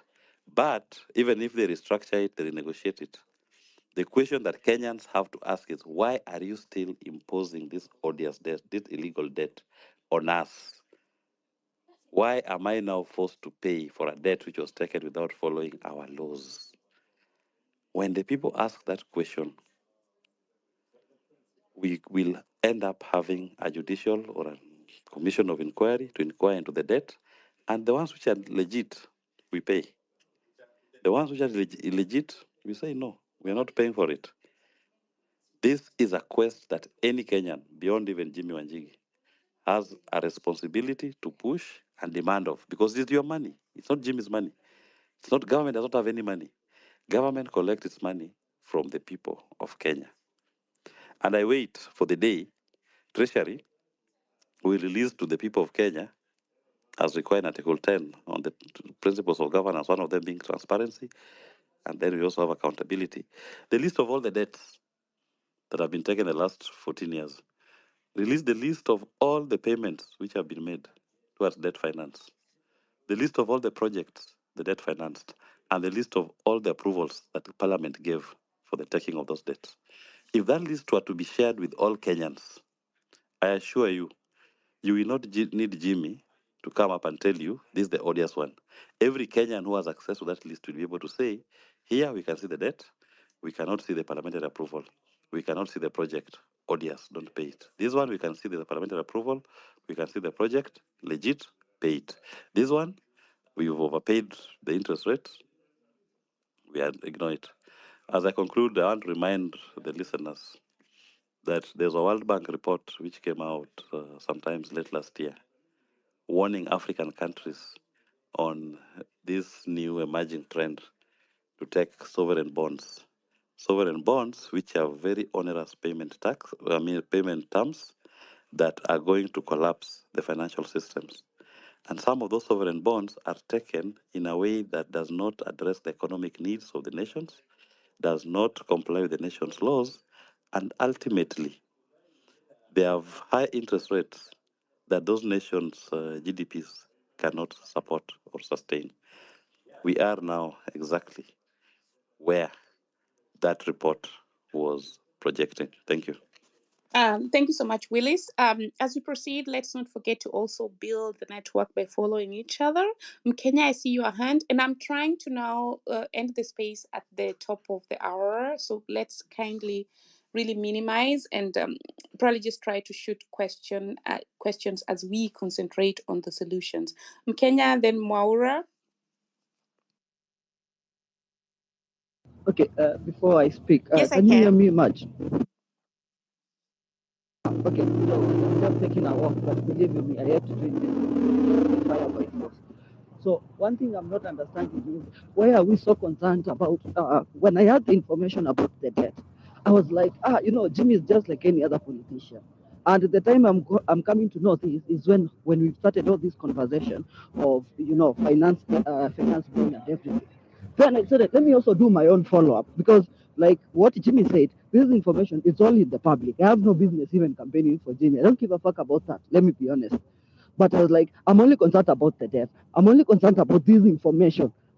I think we are really losing focus on, Jimmy was their friend. No, is this information true? So I said, let me follow up on a very simple thing because this information is out there. Because we have been told, we'll form a commission that is going to make an inquiry on the debt.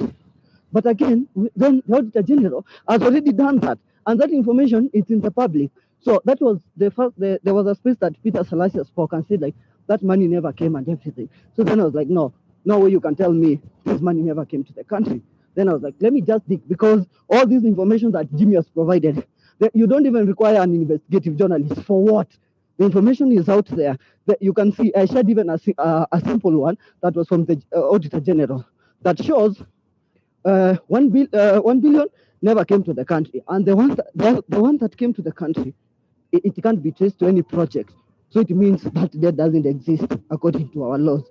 So what I want to say is let's focus on the information, because this information is in the public domain. Who has brought the information at this point? I don't care. What is this information true? And that is something that we are looking at it and we are realizing this information is all in the public domain. Nothing is not deviating. There is nothing. He hasn't cooked even a single figure. I even read the document, the Kenya East fraud, the forensic audit that was done. You can look at it, go compare the figures that are out in the public. You just require just having an understanding of simple English and Google. You are sorted. So that's the conversation we should be having. I don't even care about Jimi Wanjigi's ambitions of being a president. Thank you so much, Kenya. Let's go to Maura, Robert, and then Kenyans. I see you have skipped you. I'm sorry. Yeah. Okay, thank you. You can hear me, Yes, I much? can. From Yeah, much? go on. Okay, asante sana. Yeah, thank you, Bwana Otieno, Bwana Wiris, for making time for us. Now, there is something you have talked, and I would like us, Kenya, to take this from this angle. You have mentioned about the hidden debt of the 2 billion tuna board in Mozambique. You know, a lot of people were jailed, and 7 days ago, the finance minister, Manuel Chang, who was extradited to United States from South Africa, where he had done to, 7 days ago, he was convicted because he took a bribe of $7 million so that he can facilitate that hidden debt. Actually, it's known as the hidden 2 billion tuna board loan in Mozambique. They borrowed this money. Those people with the head of intelligence and the son of the president also benefit. And all these people today, they are missing in Mozambique jail, having been jailed from 9 to 15 years.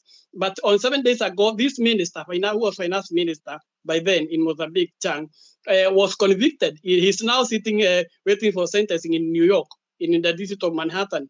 Why? Because he took bribe, and this money was borrowed without the knowledge of Mozambique government as per the constitution.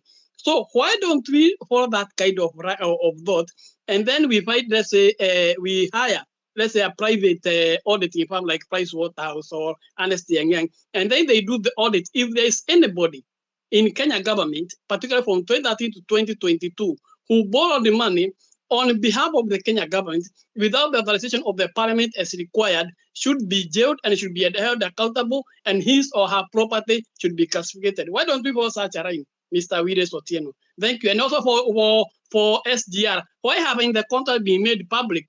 Have we also asked you that question? We Kenyans, we want to see how that project that cost us almost 400 billion, how the contract was signed, what were the terms, the agreement. We want to say, because no government want to release it. Can it be released to us? Thank you, Mr. Otieno, and you can answer that my questions. Thanks so much, Maura. Let's go to Kenyans and then Tevo. Kindly, let's go concentrate on solutions and questions to Willis. Thank you. Number one, let me just say this. Yes. That is actually what Jimmy has been calling for. That we need to now move towards holding individuals culpable, individual responsibility. On the issue of the SGR contracts, I've even gone to court on behalf of Helef Khalifa and the Muslims for Human Rights. And we got a court order compelling the state to release the SGR contracts. To date, the court gave us the order. That order has not been complied with. We even filed an application for contempt of court to hold the officials accountable in contempt for failing to disclose the contract as was ordered by the court. You know, SGR is an interesting project if you were to understand this in totality. In SGR, the contract that was signed from Nairobi, from Mombasa to Nairobi, was a contract of 450 billion. No, sorry, from Nairobi, Mombasa to Dukamoja, that is somewhere in my mind. It was 450 billion. So first Nairobi, 350 billion, they added 100 billion to the Dukamoja line. Then subsequently, the Kenya contract was paid its 10% of the cost of the project. That was coming to around 45 billion shillings on finance. So once you pay your own contribution to China Road and Bridge, then you do the drawdowns. Then China Exim Bank, apparently lending the money, will be releasing money to the contractor as per the certificates. The interesting thing when you look at the figures was that, fine, the first thing, Kenya Railways released 45 billion as per the contract. work started. China Road disbursed money. Sorry, China Exim disbursed money to China Road and Bridge as required. But then in subsequent years, Kenya Railways, instead of just paying 45 billion, kept disbursing money. And look at the budgets of different years. Money was still being paid from Kenya Treasury to Kenya Railway and then transferred to China Road of up to 670 billion Kenya shillings. At the same time, the drawdowns were also being made from China Exim to pay for the contract. And over time, China Exim paid 450 billion. So China Exim paid 450 billion. Kenya Railways received and paid from National Treasury around 670 billion. What that means is this. China Road in the center received 670 billion from Kenya Railways. China Road received 450 billion from China Exim as a loan in the name of the people of Kenya. So they received a total of 670 billion plus 450 billion, almost 1.3 trillion. In other words, if you look at the value of the contract, which was 450 billion, the Kenyan people will have financed it with their own money. We did not have taken a loan from China Exim for that project. Now we've ended up spending 1.2 trillion on a 450 billion project. Go to National Parliament. Look at the Appropriations Act from the year 2013 up to this year. Nowhere will you find in the Appropriations Act an approval by Parliament for the Kenyan people to take a loan from China Exim to build SGR. But right there, you have a loan of 450 billion. Why should we pay it? In all fairness, this is a scandal of untold proportions. I think at some point, people in the executive learned that they will do this small corruption that Kenyans will be interested in, but then Kenyans don't pay attention on the big things. And that big thing is debt. Your disenfranchisement and the theft of your resources is now no longer about somebody winning a tender here to supply nets. They leak those little informations for you to show you there's corruption. But the big corruption is in the debt. I'm sure on this space, over 90% of the listeners are not even aware of how much is the total sum spent by the people of Kenya on SGR. I'm telling you, it is around 1.2 trillion plus for a contract that was only worth 450 billion, which still was exorbitant if you look at what was initially proposed. But people will start saying, oh, Jimmy is bitter because you didn't get the contract. But you've been stolen from 1.2 trillion. That is your money. It's not Jimmy's money. It's only his money to the extent that he's not a taxpayer. But it's not the 1.2 trillion coming from him as a person individually. So these are the things we must ask. As the last speaker said, all this information we are talking about is right there before you. The documents that you can look at the Appropriations Act. Look at how much Kenya Railway has been paying to this company. Look at what China Road is claiming from the people of, China Exim is claiming from the people of Kenya. It's all there. But Kenyans, I think when people see figures, people see math, we get into a mental shutdown. We don't want to do the addition and summations. Our forensic audit disclosed that. So we must go the route, in my view, that Mozambique did. And those citizens, in fact, when they went to court, their parliament, their national executive, were defending the obligation to pay that loan. And their constitutional court said, no. Show us the parliamentary approval that allowed you to take this loan. And as rightfully said, the former finance minister, the head of intelligence are in jail. The son of Gebweza, the former president, is in jail as we speak because they are the ones who superintended over that tuna bond that was going to cost the people of Mozambique US $2 billion. an obligation. Thank you so much. Guys, let's now try to really close at the top of the hour. Kenyans for Kenya, that's Wycliffe. Oti, I'd called you, but you're not speaking. Wycliffe, and then Tevo. Wycliffe, are you able to speak? Otherwise, I'll drop you and pick another speaker. Tevo, go on, then Daniel and Nimrod, 2 minutes each. Yes, thank you so much. I want to take briefly 2 minutes. So my my question is to Willis.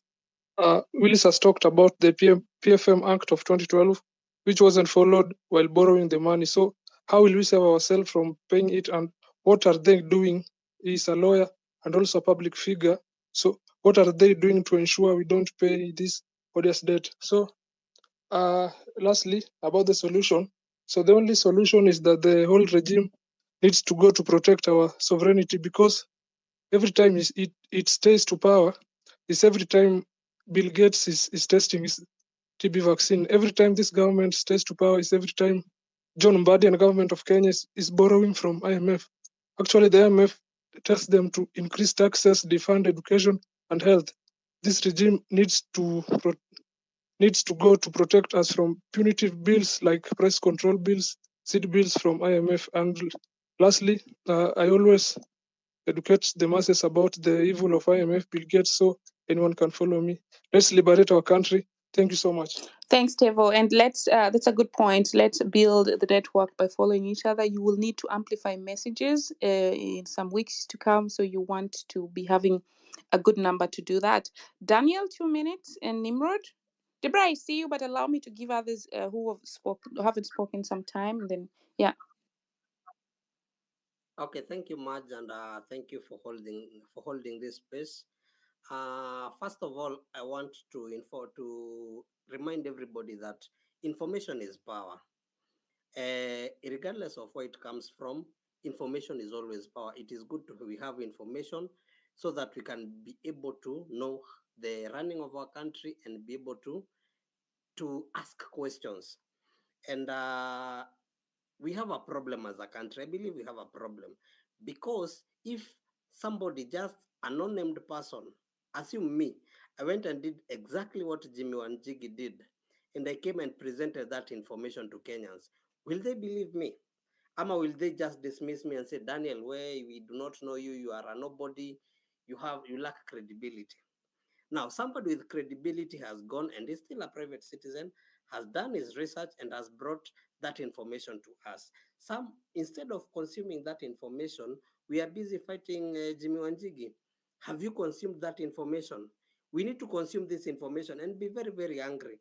And I'm seeing so many people focusing on the 6.3 that we did not. So guys, it's almost midnight in Kenya. Can we please focus on questions at this point, because we've already shared our opinions? So let's focus on questions so that at least even if Willis is answering them, we can, because I know he's working tomorrow, we're also all working tomorrow. So let's just focus on the questions, and then he will close by answering those questions. Back to you, Daniel. Okay, thank you, Marge. For me, honestly, I do not have a question for Willis. Mine is just a statement. After confirming the 6.3 trillion that we did not really require, can we also inquire the 8.9 that was paid as debt? Which are these debt that was paid?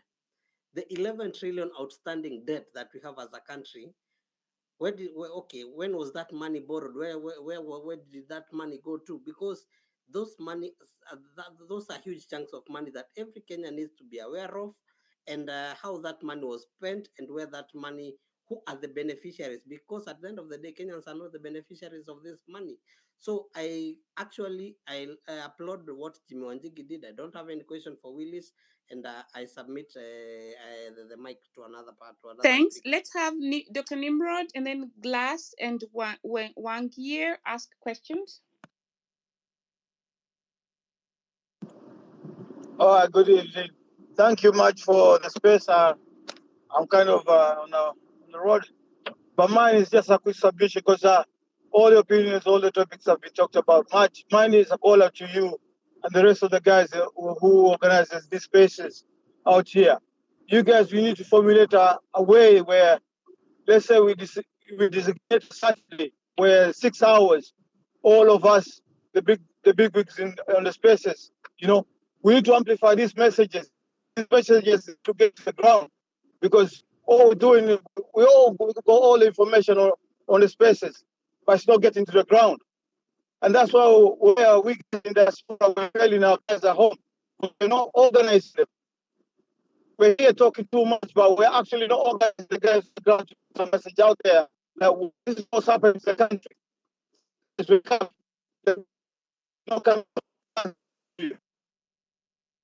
Thank you. I lost. Yeah. Your network is really bad. The topics should be recorded, and then you play them down there. That's all. That's all I wanted to say. Thank you very much, and have a good evening, guys. Engineer, take the mic. You've been requesting for long. Questions to Willis. Engineer David. Okay, thank you much for this opportunity. Mr. Willis, my first question is, how many ghost workers do we have in the government? Second question is, suppose today we are going to do a public audit for all the debts that that Kenyan government that the Kenyan government owes IMF and other authorities. Will we get the exact of the money that the government of Kenya owes from the outside world? The third question is, this one is a bit challenging, but I'll just tell you there are 3 offices in Kenya that I think we need to clean them with water and soap. The first one is always called procurement office department. Procurement department. Engineer, may I remind you to stick to the topic of the day? Do you have another question on that? Okay, I have another question on good governance, concerning good governance. I would like to ask Mr. Willis this question. That how many? I would like to know the exact value of money that we owe IMF and other other lending platforms that have lent Kenya.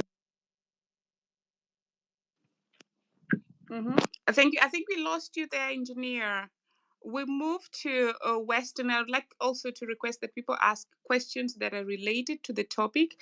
And now I'm only going to add 2 more people, then we close and give Willis the last chance to close and only answer questions that are related to the topic. We have to also be really just fair and, not ask questions that are really very abstract. Be specific. The topic of today is, regarding the expose, so more of our debts and things like that, because otherwise it's going to be a waste of time. Weston? Thank you, Maj, and all the listeners on this platform. Willis, before I ask you a question, first, Jimmy Wanjigi and good governance in the same sentences, and it's me who constructed that sentence. It's not Willis. And so, well, I'm saying it's an oxymoron. Can you let me speak? What I'm saying is this: I'm willing to explain what's happening. Those are 2 topics, and whether you are discussing 2 topics, you can put those 2 things in between. So we're discussing the Jimmy Wanjigi expose, and also we want to call for good governance. Back to you. 2 minutes, please, for the questions. Well, Willis, why is Jimmy Wanjigi not going to court with all this information? Why does he choose to go to a media house and to say all these things? Because the kind of information Jimmy Wanjigi is talking about, I can tell you it's only state institutions that have the capacity to unearth this kind of network, Al Capone kind of corruption you're talking about here. So when he exposes this information before Kenyans, and then people come on a platform like this, they ask questions about exactly what is the date that Kenyans owe external and internal lenders. Well, if you know about that date, what do you do? What do you do about it?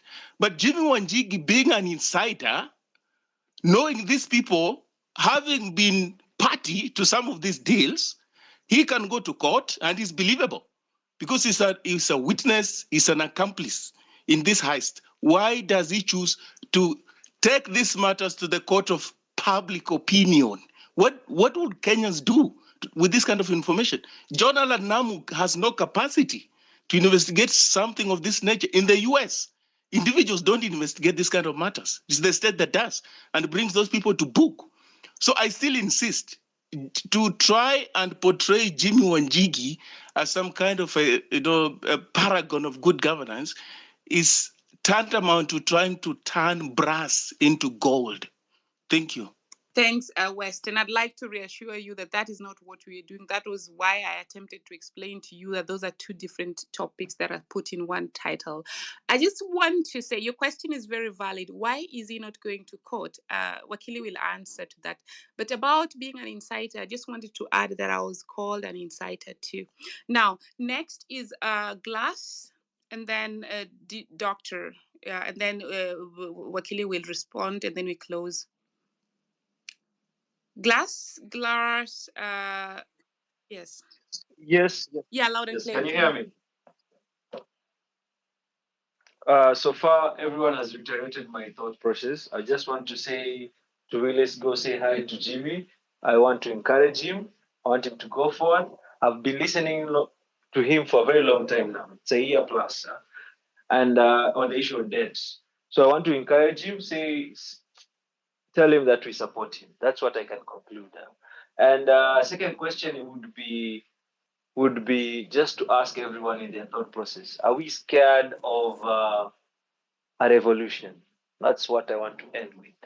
Are we scared of a revolution? That's what I want to end with. Because whatever Jimmy is saying through our debt process, through the government, through county governments, and the amount of corruption is so shocking. And time to change has come. So the question would be like, are we scared of change? Jimmy is just one person. He is connected with the politician. He's chosen to shed light to everything that is happening. Then what should we do with that information? That's the question now. What should we do with that information? Thanks, Glass. Thank you so much. Dr. AJ, your last question, and then Willis will close. Thanks so much, Madge. Sorry, I have to get in because I was in a different meeting altogether. I've gotten in late, but I've still found you by God's grace still going on. Now, what I wanted to say is, whatever Jimmy Wanjigi exposed is a critical thing for us as a country. He exposed a bit of it. And so it is our responsibility to ensure that we don't kill the messenger, we dissect the message, and we get into deeper understanding of the situations in terms of our debt book currently as it is.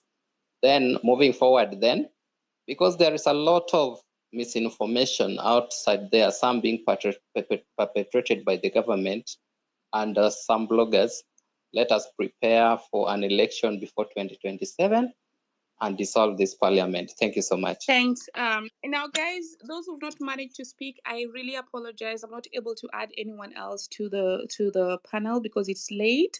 We'll be hosting other spaces and we'll give you an opportunity to chime in. Otherwise, you can put your questions on the comment section. I'm going to ask and tag Willis tomorrow to it. Willis, thanks for joining, and over to you for closing remarks as you answer the questions. Thank you very much. The first question was asked, how many ghost workers do we have in government? There are so many. I may not have the actual answer, but I think if you listened to the former CS Treasury, that was one of the issues that he raised, and why government has never found it necessary to do a proper audit of its HR. Your guess as good as mine. There are people benefiting from that cherry.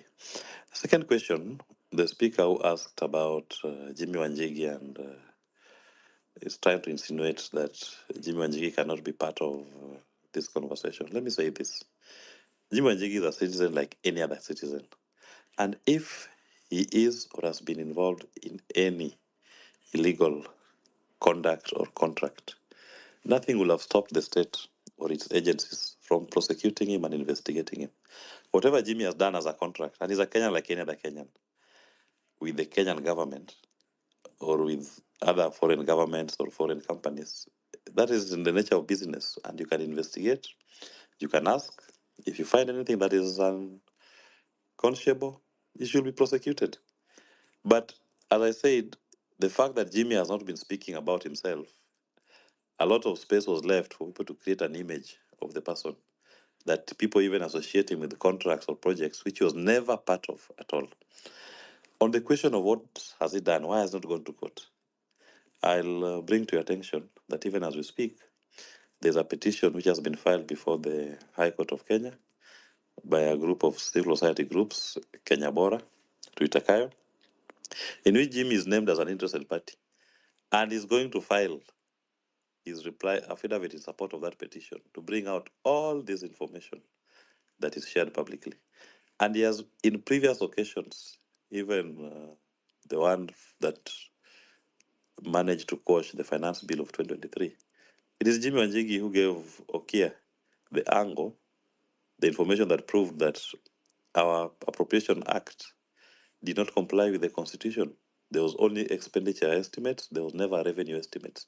And if you ask me why was, as government for the last 13 years, excluded revenue estimates in the Appropriations Act, you're only told how much money you're going to spend, but government refused to tell you the sources of that revenue. Why it was never disclosed to you is because once you leave open the revenue estimates, they can now go all over the world to any bank, to any lender, to borrow money in your name, and then you think they're doing it to finance your expenditure in the Appropriations Act. The Court of Appeal declared that one to be unconstitutional. Jimmy's footprints are in that case, and so many other cases. But I also want to say this.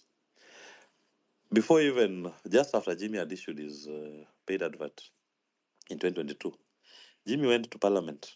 There's a committee that was set up in Parliament called the Public Debt Management Committee of the National Assembly. That committee was set up purely to look at debt. That was its sole purpose, to look at debt.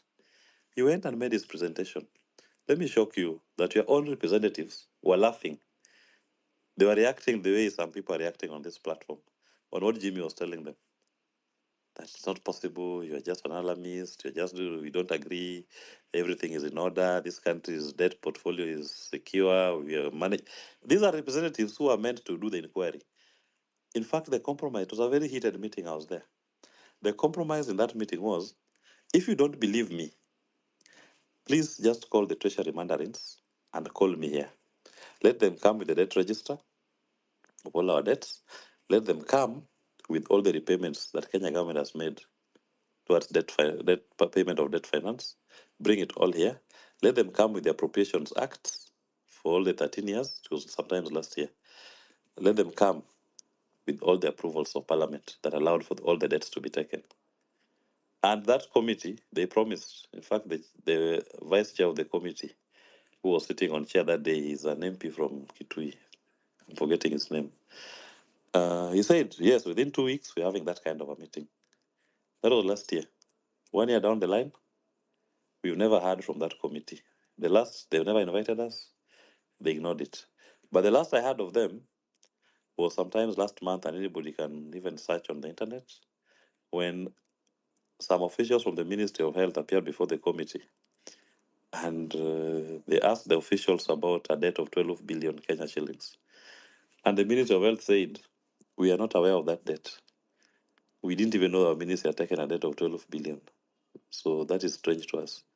It's exactly what you people are looking at. Now, the committee that was ignoring us, almost in a way, they almost insulted Jimmy for being mad for raising this issue. Now they were confronted with a real life issue of the Ministry of Health saying, they're asking the Ministry of Health, tell us what this debt that you took, what was it used for? The Ministry of Health said, we don't know that debt. We've never taken it. 12 billion Kenya shillings. What can 12 billion do to the people of this country? That was just one incident, a small one. The theft that has been done in this country without the people of Kenya knowing it is up to almost 5.4 trillion Kenya shillings. And yet, in your debt books, you still owe people 11 trillion Kenya shillings. But in the same period, you've paid debt of almost 5.5 trillion Kenya shillings. But your debt book is still reading 11 trillion Kenya shillings. So we should avoid this thing of trying to suppress the real issue in this country by creating innuendos, peradventures, and I invite anybody who has anything on Jimmy Wanjigi, just present the evidence as he has presented his audit report. Tell us, here is Jimmy Wanjigi. This is what he has done. Put it on the table. This is the contract that he signed. This is the project that he did. This is the money that they stole. And he will answer to it. Just like any Kenyan who has done business with governments, he has bid, he's won his tenders, he's done the projects when he was still a businessman. I accept he's now a politician. And he told Uhuru and Ruto back in 2014, me and government business, we are done. I'm not doing any project with any government. Let other people do it. Me, I'm focused on good governance. When they disagreed on how the SGR project was supposed to be financed and to be carried out, they thought it should be government. He felt it should be a private sector driven venture. So even the second last speaker who spoke, when you say Jimmy Wanjigi and Suji what can be put on the same page, I mean, it's your right. But just bring the evidence to show what you're claiming Jimmy has done. Demonstrate, like he has demonstrated on a forensic audit of the debt, what the Kenya government has done. And the Kenyan people are very bright. They are being empowered through this process. That this empowerment, once we're done with this phase, they will be able to pick the wheat from the chaff. They will tell what is truthful and what is wrong. And my last word is this. All the information that Jimmy has ever spoken about on our debt situation is readily available in public records. Some of them, most of them actually, are readily available. What you may not have readily available will be the actual register of all the debts and the actual payments and the sums of all the debts paid. But you will get the summations, totals that was paid towards debt finance. You may not get, not publicly available, who exactly was paid and how much, but you'll get the summation of debt finance was this much.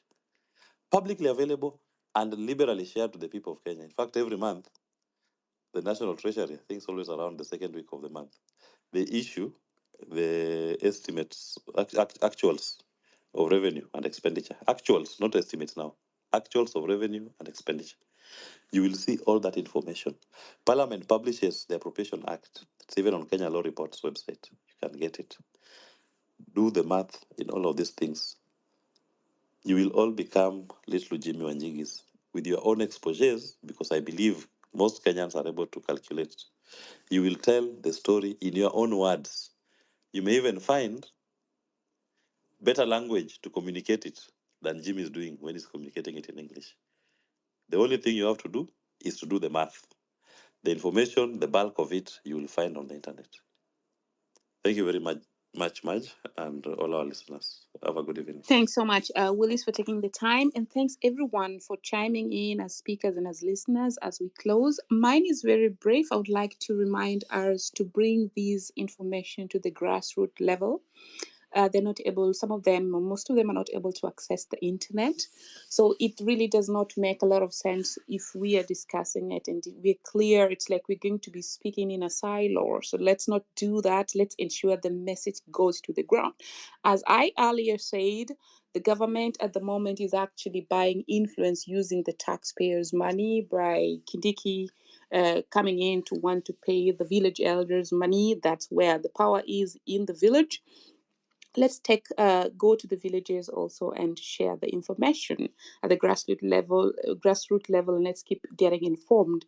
That having been said, as you know, I always host spaces on diaspora opportunities, but also as an epidemiologist, I have health at the heart of my heart. And so on Saturday, we have made an exception and invited medical doctors to come and discuss the monkeypox issue. Some of you do not believe it, and that is the point whereby I say it's on a take and leave basis. You want to leave, fine, so long as you've gotten that information. So we are getting on board medical doctors from Kenya, Uganda, and Tanzania to come on board. That's going to happen on Saturday. I'll share the link with you. But next week, we're going to bring on board a diasporan who's written a book about the life in Europe. And so he's going to share with you about that. So do keep connected with us as we do share. Obviously, my specialty, as you know, is diaspora opportunities. But we cannot sit back and watch when there's bad governance and the Kenya is literally burning and do nothing. That's why we got in here and get involved. Currently, we are being reminded to go and take seriously the dual citizenship that Germany allowed again for Kenya. But Kenyans are not excited because of the things that are going on there. But for that, there's also going to be a session by the ambassador to tell people how the citizenship can be reclaimed back. But we are telling the president, if he's listening or his people are listening, I know they are, the Kenya Kwanza guys in the US always have to log on to here. When we will go to that session to listen to the information, and we want to respect our ambassador because she is working, but we want to ask you, the president, why should the diasporans take back the Kenyan citizenship when they can be abducted and you do not get out there and call, condemn adoption? So those are things that we need to discuss. Of course, we passed those information. What I'm saying is this: we cannot just sit pretty in diaspora and do nothing. There has to be good governance back home so that we're able to also invest back home and do things back home. Have your progenies send money. You don't even need to take loans. If the government was really organized, the diasporans are going to bring the money home. We cannot bring the money at the moment because of the corruption down there. Yeah, so I do not want to sound like I'm ranting. I thank everyone. If you're in North and South America, good morning to you. Good evening to everyone who's on the other side. And, thanks again. Bye-bye.